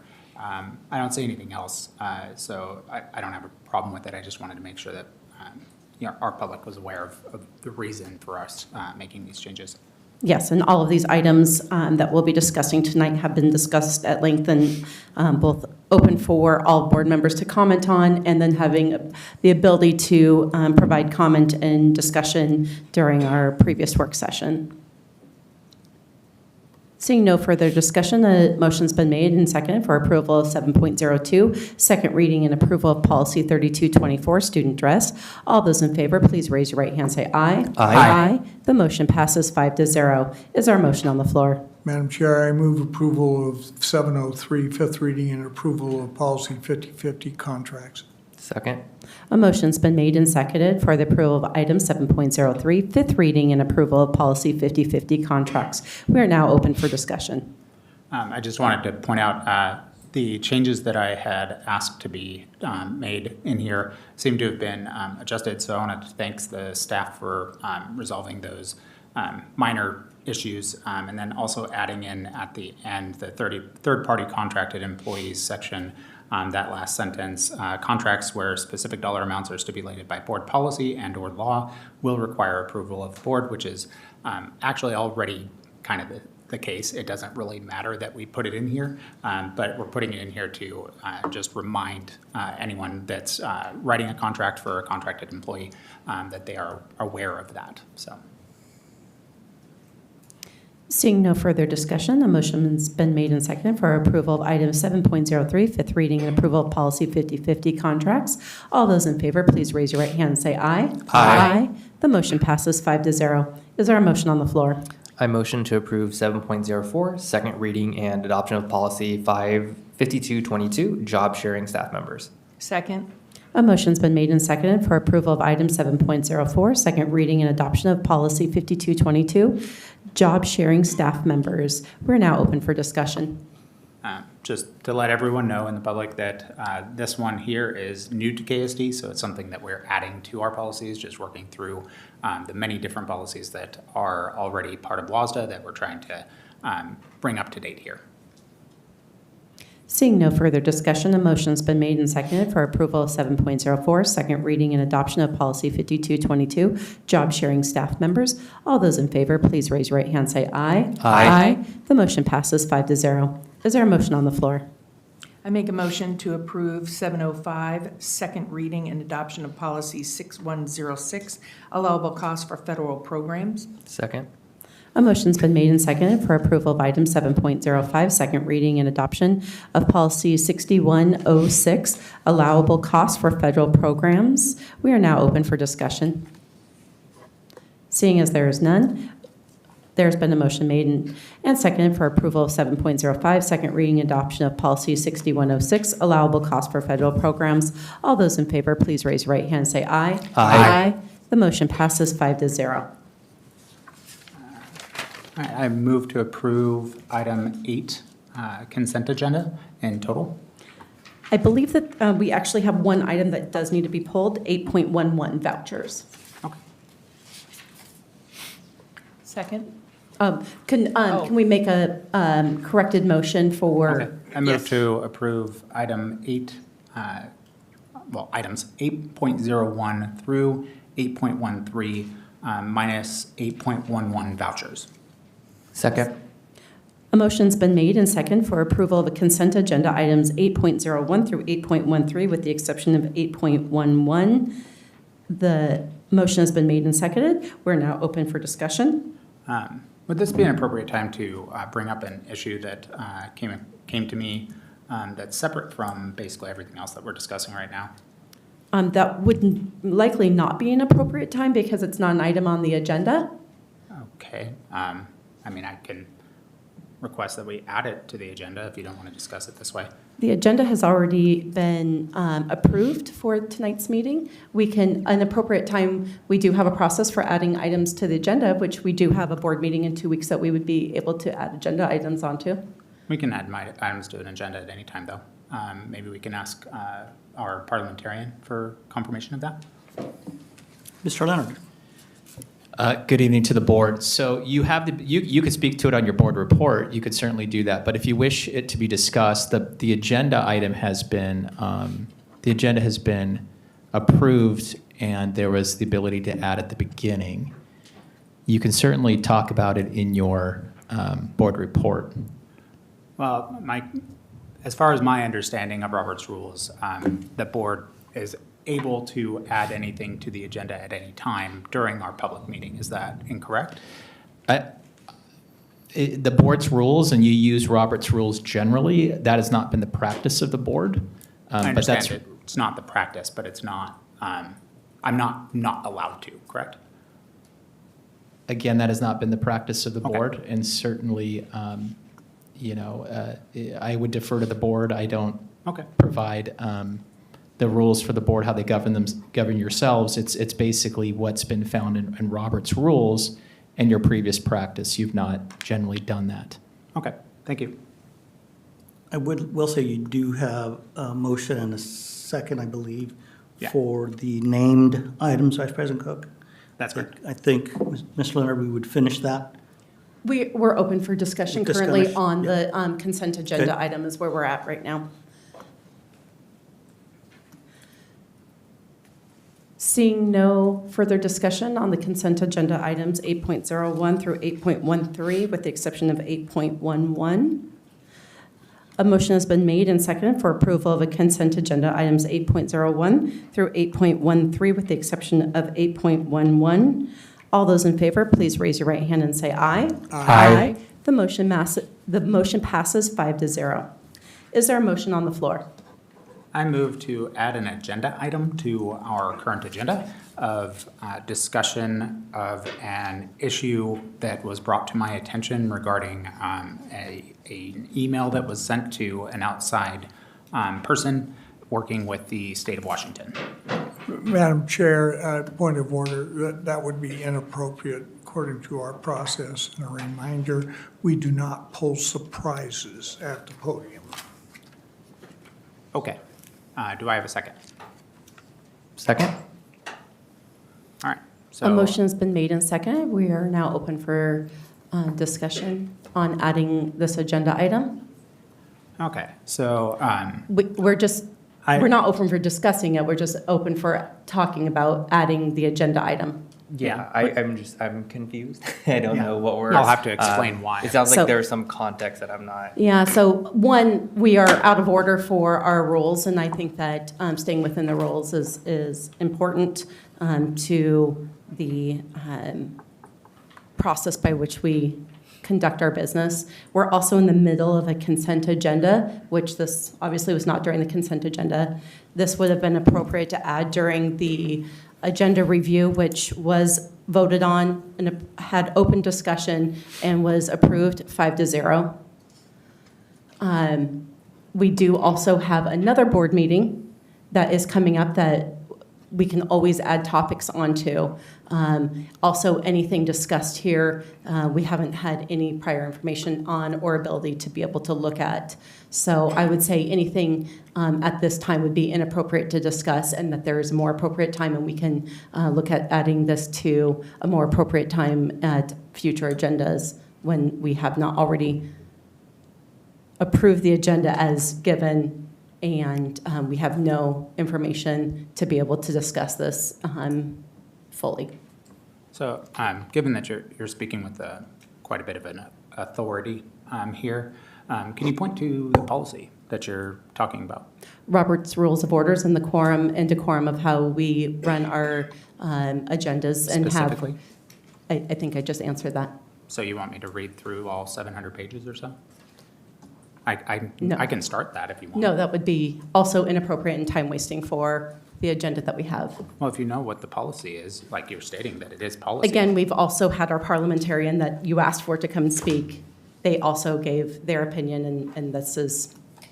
Okay, well, I'll explain why I wanted to do this so that our board can make a decision on their own without, people saying you can't. The purpose of this is there was an email sent to. Again, this is not an appropriate time to discuss the item. This is only an appropriate time to discuss if this item should be added to the agenda. I appreciate you telling me how you want the board to deliberate things, but As that the isn't actually your chairperson, choice. as the chairperson of this board, we are running it is how the decorum of this board is being ran. So if I may, President Margell and Vice President Cook, on the dais right now, there's a motion to add an agenda item. Correct. It's been first and seconded, and I'll ask Mr. Leonard to clarify that, but at this point, it's voting on adding the agenda item, correct? That is correct, Superintendent Vela.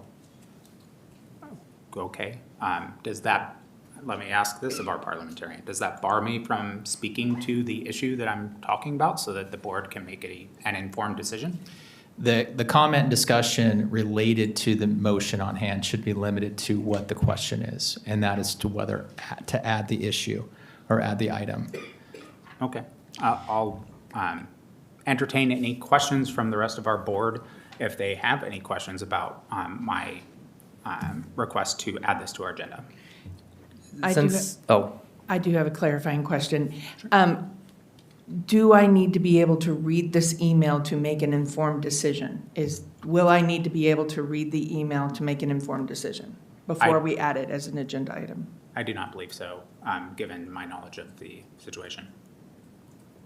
Since this was brought up while we were talking about, gosh, what is this? The vouchers one, is it related to vouchers? Kind of, as it relates to some things that, I don't know how much I can talk about, but as far as the email is concerned, it was sent stating that I should not be included in any communication coming to our board. That was the email that was sent from a staff member here in our district. That's my concern. Relating to 8.11? It's not relating. This would be a separate agenda item altogether. Oh, okay. So again, I would say that this sounds like this is something important to Director Cook, and it sounds like it's something that the board might possibly need to look into a little bit more. I would say that this is an inappropriate time to have this discussion without all of that information, and that we have other opportunities and more appropriate time to be able to place this and further look into this, to make sure that we have all of the information going forward. So I would suggest that this motion is voted down so we can have a more appropriate time. I understand that. My biggest concern with this is the fact that the only board member that was aware of this before today was our president, who did not share the information, at least not with me. I don't know about the rest of our board. She is tasked with providing all information to the board at all times. As we're told over and over, we don't get to make decisions individually. So if there was a decision made individually without discussing with the board, then that is inappropriate, and honestly, it's unbecoming of a president of our board. And so that is my Again, we're biggest discussing concern. this, and I have no knowledge of what he's speaking about. So could we please have a moment to be able to discuss this and see what? The email is would- about one sentence The only long. other question I have about it would be, if we didn't have the conversation today, is there any impact of like time or, I guess, urgency of talking about it later? Like, if we didn't talk about it today, would it impact anything like moving forward? Because I'm not aware of, I haven't checked my email since this afternoon. I mean, it would be violating what our parliamentarians said that our processes are, what we have done in the past, and Robert's Rules of Order. It's just norms. It isn't, there are no rules that say we cannot do this. I've done it in the past. Other board members in past boards have also done it. My reason for wanting to discuss it today is the fact that if this is true, if our board president is not providing the information to our board as is appropriate for our board president to do, I'm concerned that I'm not going to provide, or all of us are not going to be provided the information we should be provided by our board president. So to me, that means that it is imperative that we get to the bottom of this. And my concerns, I think, are valid. If we aren't being provided the information that our board president is being provided, then our board is not functioning appropriately. And if that continues, that means that we are not doing our jobs as elected officials here. And as representatives of our community, we need to be able to make decisions based on information that we all have. And if we're not being provided information from our board president, that is a serious problem. And honestly, that is an actual violation of board policy and I believe law by not providing information.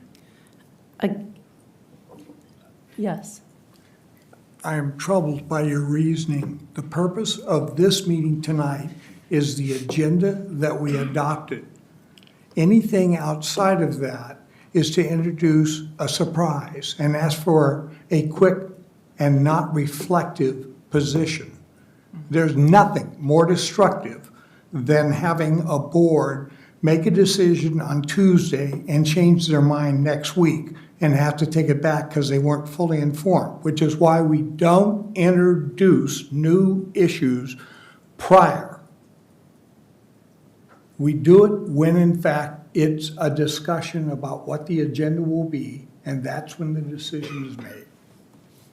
So we have a motion on the floor for. I'm not done discussing this. I want to speak to the concerns that Director Clark brought up. Am I?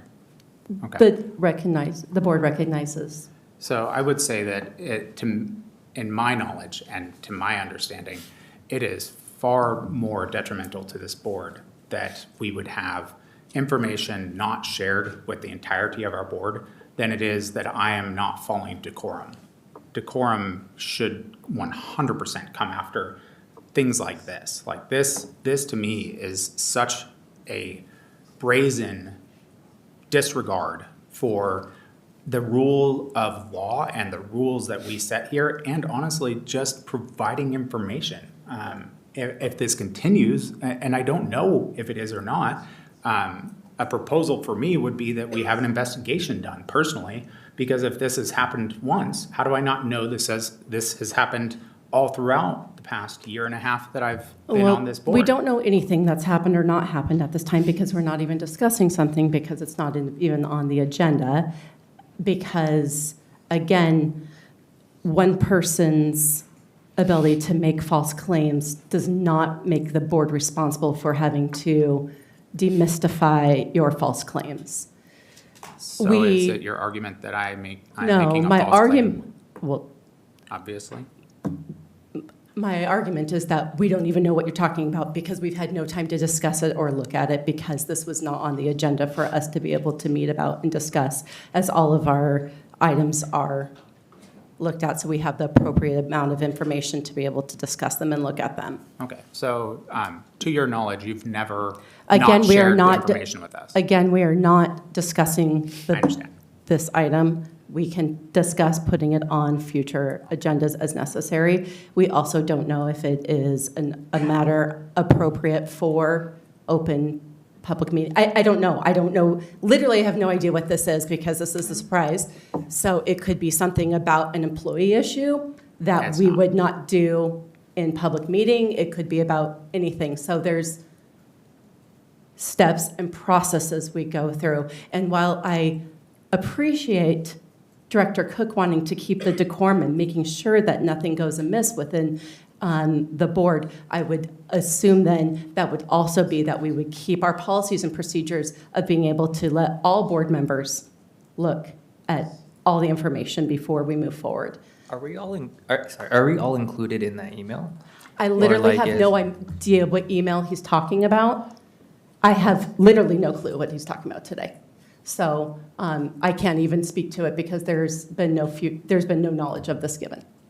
And that's what I would like to discuss. So, But you didn't forward the email to all of us, is that Yeah, correct? I didn't get the email. I found it on Facebook of all places, which is absolutely mind-blowing. well, obviously not from me because I don't put anything on Facebook. So, The email was sent to a member of the public. It was an email sent by a staff member here. I'm not going to name names because I'm not going to drag anyone's name through the mud. But there was an email sent that our board president was a part of. She was included on the email, but none of the rest of the board, as far as my knowledge goes, was ever included in that communication. So this is my first time finding out about it was today. And as I was writing my notes today while we're having our meeting, was when I came to the conclusion that this is important enough that it needs to be discussed. Now, our board doesn't have to agree with me. We can discuss this at a later date, but to me, that's problematic if this is true. If it is not true, then so be it. Like, that's fine. But as far as I understand it, we've been provided less information than our board president, and that is not appropriate. I would like to have more information, so therefore I would like to move the agenda item to our next meeting.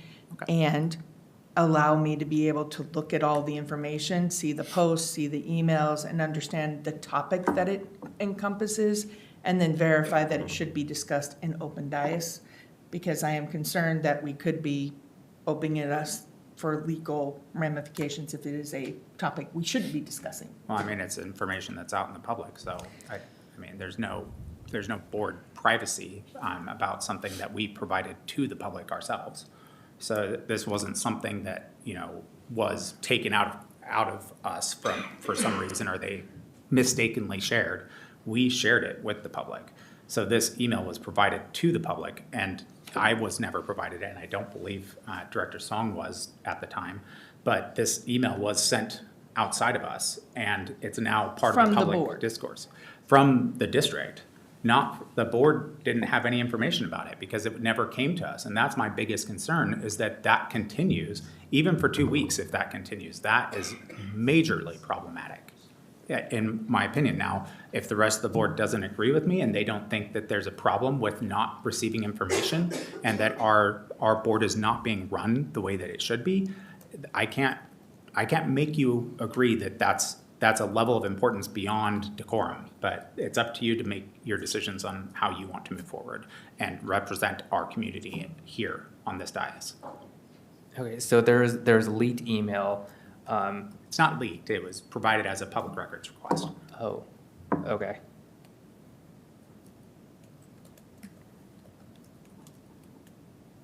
So it's a public record. I mean, point blank, it's open to any member of the public. I still need more information. I feel like. Which is how I would like to do this. I'm not suggesting we do anything with it. This would just be to add the item to the agenda right now. I'm happy to share exactly what is said. It's about a paragraph at most. I don't think it needs to be, mulled over for the next 2 weeks, but if you feel like you need to mull over a paragraph's worth of information, and honestly, even the information isn't all that important. It's more important that it was not shared. And that's where my concern is. And if that's going to continue, then I am very worried for this board. I have to tell you, I'm not going to lose a lot of sleep over trying to instantly respond to Facebook postings. It is not Facebook that I'm concerned about.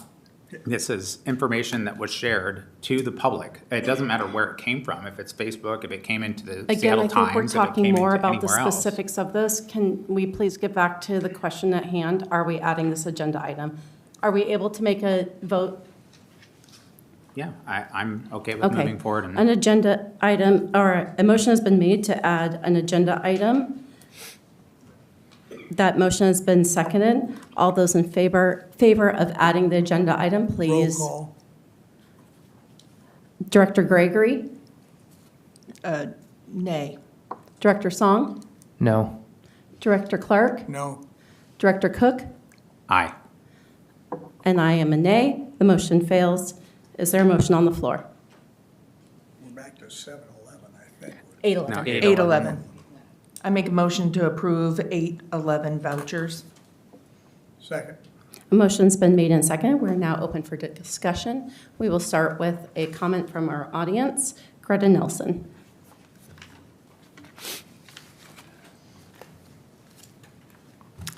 Good evening, Board, Superintendent Bella, and members of the public. Within Agenda Item 811, vouchers, is a check to Cedar Law for the settlement agreement with the director on this board regarding Resolution 1669 in the amount of $45,000.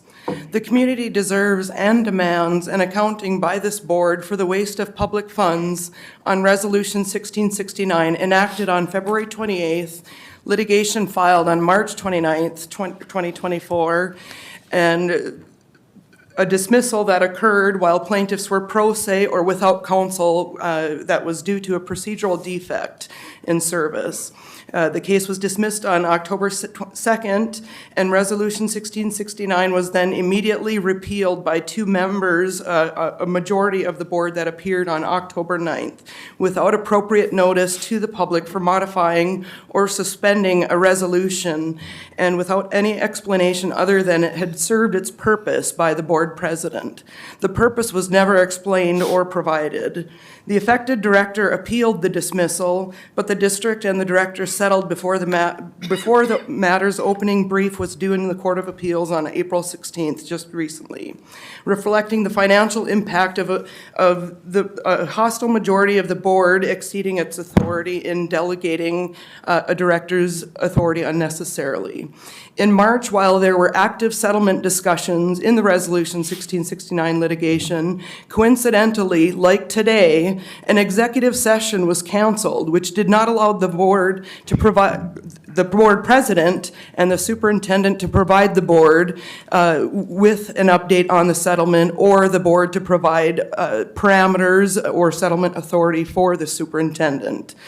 The district's outside general counsel stated on March 12th that he is not familiar with the 1669 litigation, yet he was included on multiple settlement discussion emails, including the August 9th, 2024 first settlement offer. At that time, only $5,000 had been spent by the director in the litigation. At the time, it was offered to have a stay in the litigation so that the resolution could be rescinded and the matter de-escalated through mediation. The district declined to de-escalate, went through the motion to dismiss proceedings, and during that same time, process service was effectuated on the superintendent and board president individually. Yet at no point between the process service and the settlement of the litigation did the board ever vote to indemnify or pay the legal expenses of the superintendent and board president. The two named individual parties, the board president and superintendent, they were the self-appointed negotiators despite the obvious conflict of representing the board and district, while also having the legal liability of being named individual parties to the litigation.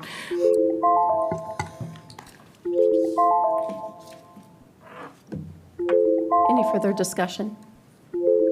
So I would like to get legal guidance on this. Am I able to discuss this?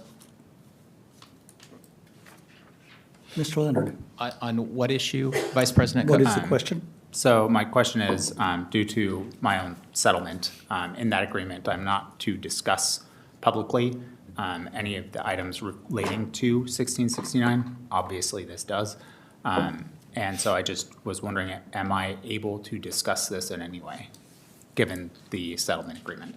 I don't have the settlement agreement in front of me, Vice President Cook.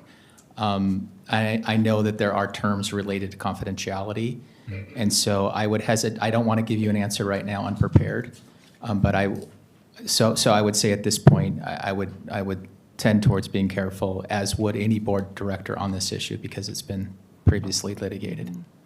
Okay, so given that, are we able to take a recess so that we can discuss this separately, or at least that I can discuss it with our legal counsel so that I can make sure I'm not doing anything inappropriate?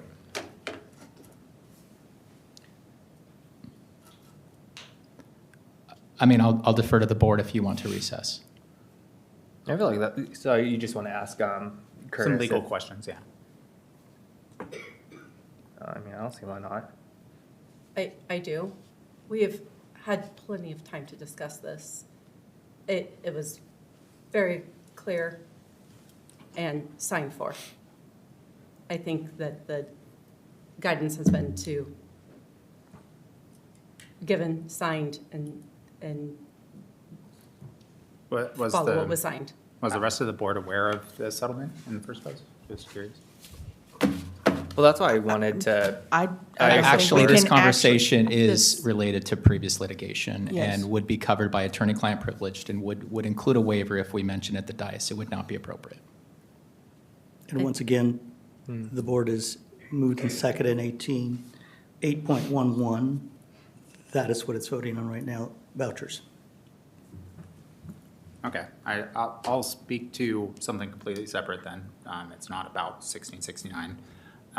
This, to me, just furthers the concerns that I had with the previous item. It seems to me that the board may not have been made aware appropriately of this information, and that seems now to be a trend. And so I'm very concerned that there is information being provided to our board president that is not being shared with the rest of the board. And so I don't know. I would like to just say this. We are aware. That's what I'm going to say. I am not allowed to say anything else, but I will Well, I would say think that you would say that we all got the vouchers and all of Correct. us got Yes, notice of that. we are aware. Okay. Yeah, so, I mean, there were other things as well that were done in this way. It seems like like the superintendent's contract was not negotiated with the board. Again, this is not about vouchers. I know. What I'm saying So is you're this bringing is up a items trend. that are not on the agenda. It's a trend, and that's why I'm concerned, is that this seems to be something that is going on. And I don't know. I don't know that I can approve this set of vouchers, given that information. Oh, thank you. Seeing no further discussion, a motion's been made and second for approval of item 8.11 vouchers. All those in favor, please raise your right. Roll call vote, please. Director Gregory. Aye. Director Song. Yes, aye. Director Clark. Aye. Director Cook. I abstain. I approve. The motion passes 401.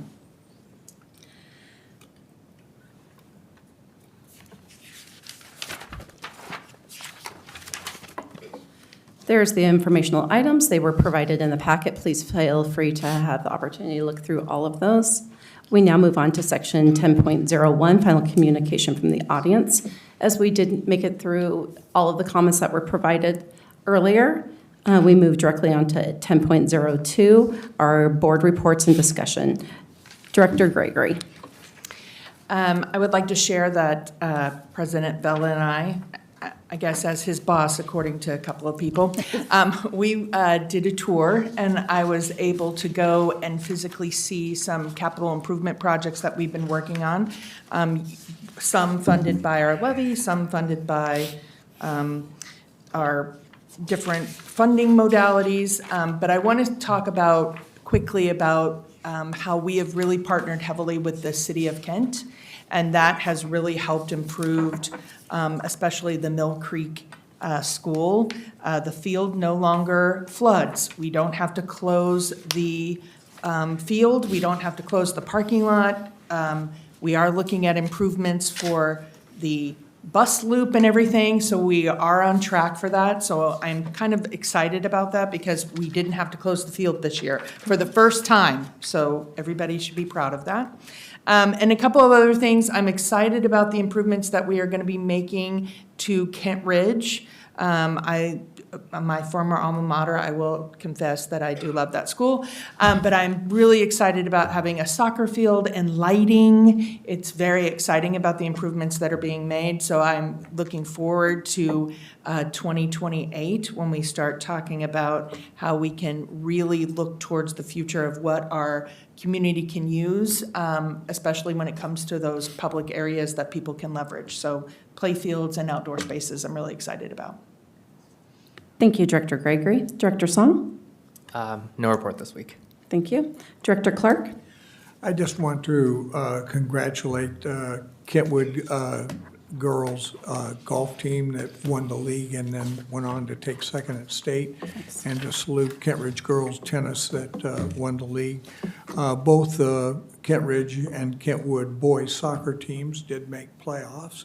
And finally, to salute the winner of the all-city track meet. That's a combined scores of men and women, and that titleist was Kent Ridge. Thank you. Thank you. Vice President Cook? All right, so I'll take this time to read what I wanted to discuss previously. The entirety is roughly 2 sentences long. It says, "Thank you for your emails. I am respectfully requesting that all future communication from your office be directed to Miss Megan Margell in lieu of Mr. Donald Cook. As president of Kent School District's Board of Directors, Ms. Margell is the sole point of contact for the board. Please utilize this distribution list, lists a bunch of people as well as Director Margell. And that's really about it. It says, please be assured that communication sent to all board on this matter will include Director Cook, which it was not. If you have any questions, do not hesitate to reach out. That is what I was concerned about. The fact that this was even done, in the first place, is very troubling to me. The fact that I never heard about it after the fact until it came from a community member who did a public records request, that is extremely troubling. The fact that this board doesn't seem interested in actually discussing something like this, which to me seems like a paramount issue on our board, is also troubling. But I obviously am just one member of this 5-member board, and so it's unfortunate that that's how this board prefers to run itself. But I can't force accountability, transparency, or communication. I can't force those things upon this board. I just hope that they do better in the future. Other than that, I wanted to speak to a few things that I did. I went to the track meet at KM. I happened to be there to drop something off, and so I noticed that they were having track meet, so I spent some time getting to see our students out there competing. It was fantastic. There were a lot of people there because obviously I had a lot of different high schools from around the area. But it was a lot of fun. I only got a few minutes, so I only spent about 20-30 minutes there doing that, but it was really neat getting to see it. I also went to the theater performance of Macbeth at KM, which was amazing. I cannot speak highly enough for that. It was so great. And the lead in that, like, I know he's leaving KM, which is very sad for their drama department because he is fantastic. But it's great for him. I know he's going to be super successful in whatever he chooses to do. The theater performance of Kent Lake of Little Shop of Horrors, I also attended, and that was also outstanding. I had a lot of fun watching that one as well. And just as I guess a cap for the year, I finished all of the 44 Kent School District schools principal visits. So I made it a commitment of mine last year that I would visit every school in the district at least once. And so I was able to complete that a couple weeks ago, and it's just fantastic. It was great getting to be done with that, and I appreciate all of the principals taking the time to meet with me so that I could at least get their opinions on things if they had any, or just really to build a relationship with them, because in my opinion, our principals are the people that our decisions up here on the board make the most impact with. And so I plan on doing that every year. I'm going to try to do more next year if I can, to get out and meet with more staff, not just principals. Outside of that, I'm looking forward to graduation. I was it looks like I was assigned for Kent Lab Academy and Kent Meridian to be officiating for those two. I'd asked to go to Kent Lake, which was my alma mater, of course, but actually I'm kind of glad because I probably wouldn't have gone to Kent Meridian's as an officiating member there. So I'm kind of excited for that. I think that'll be a lot of fun. So I'll get to see them graduate on the 14th at, I believe, 8 o'clock at night. So that'll be really great. And then also Kent Lab Academy, which will be really fun too, I think. So that's the night before on the 13th. So I'm looking forward to both of those things, and also the end of the school year. It's coming up. So it's just excited to celebrate our graduates as they move on to what's next. So that concludes my report. Thank you, Vice President Cook. I am going to apologize to our listening audience for hijacking of the meeting by some people to make this meeting about adult problems instead of kid problems. So I am going to spend as much time celebrating all of the great things that are going on in KSD and the amazing things that our teachers and students do. First, I'd like to celebrate the 9 teachers that received their National Board thank you very much for all of the families and staff members that came to celebrate those people. I'd also like to celebrate the 12 employees of the year from our different aspects of the district, which I just think was so great in hearing the stories of not only what these leaders did in their respective area, but also the impact that they had on students in other parts of the community, and just the overall benefit that they bring to our district just for being the amazing humans that they are. And thank you for choosing to be part of Team KSD. I also like to celebrate the innovation and thought and work that went in from all of our students that participated in, and those that were recognized tonight as part of the Minecraft Challenge. What I also loved hearing, just to point this out, is the loop that really is and this was brought up, is Dave Buzzard and his group of how do we make those things come to life with the amazing ideas that our students have, which is fantastic. Also excited about graduation, as we have about 1,800 students that we get to celebrate for the work that they have done for so long to help get us, to help get themselves there, and just knowing that it is so many people that play a part, and just congratulations to the families and the community and the teachers and administrators that support our students that got them to walk across that stage. As we move into the summer, I'd also like to say there's information on our website about meals for our students and our families during the summer. And so please look at those, and there's information out there to make sure that those still go strong for our students. I had the opportunity to be in the exit interview. Well, I was in the entrance and the exit interview, but just the exit interview recently for our state auditor's office. Unsurprisingly, but with congratulations, Kent School District had no findings. Everything went with flying colors through for our financial statement and federal grant compliance review. Again, thank you to the team that supports that. I know it's a lot of information to be able to provide, and it was, again, in line with our others that are very high praise for what is happening in Kent School District. As mentioned earlier, our climate survey is out there. Please take an opportunity as parents to take that survey, and we look forward to seeing the results on that. I look forward to going to a multicultural event at KLA tomorrow night. I know that this is highly supported by the teachers and the students, and they do an amazing job of celebrating the students and the diversity that that school has, that really is representative of the diversity that we are so privileged to have in Team KSD. I also have the opportunity to go to another middle school football game. Still love them, and they are fantastic. And yes, having a great field to play on makes a difference, and it's great to, we were able to play at Bill Creek this year already, and just played also at Kent Ridge, and the fields that are at Kent Ridge, and looking forward to the baseball fields coming in with lights, softball field, and looking forward to seeing more middle school football. And I think that that is everything on my list. Again, I'd just like to thank our students. That's why I'm here every day. And I appreciate you.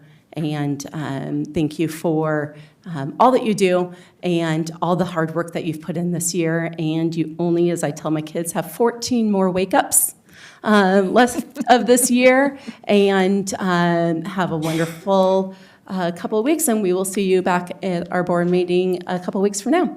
It is 8:21, and we are adjourned.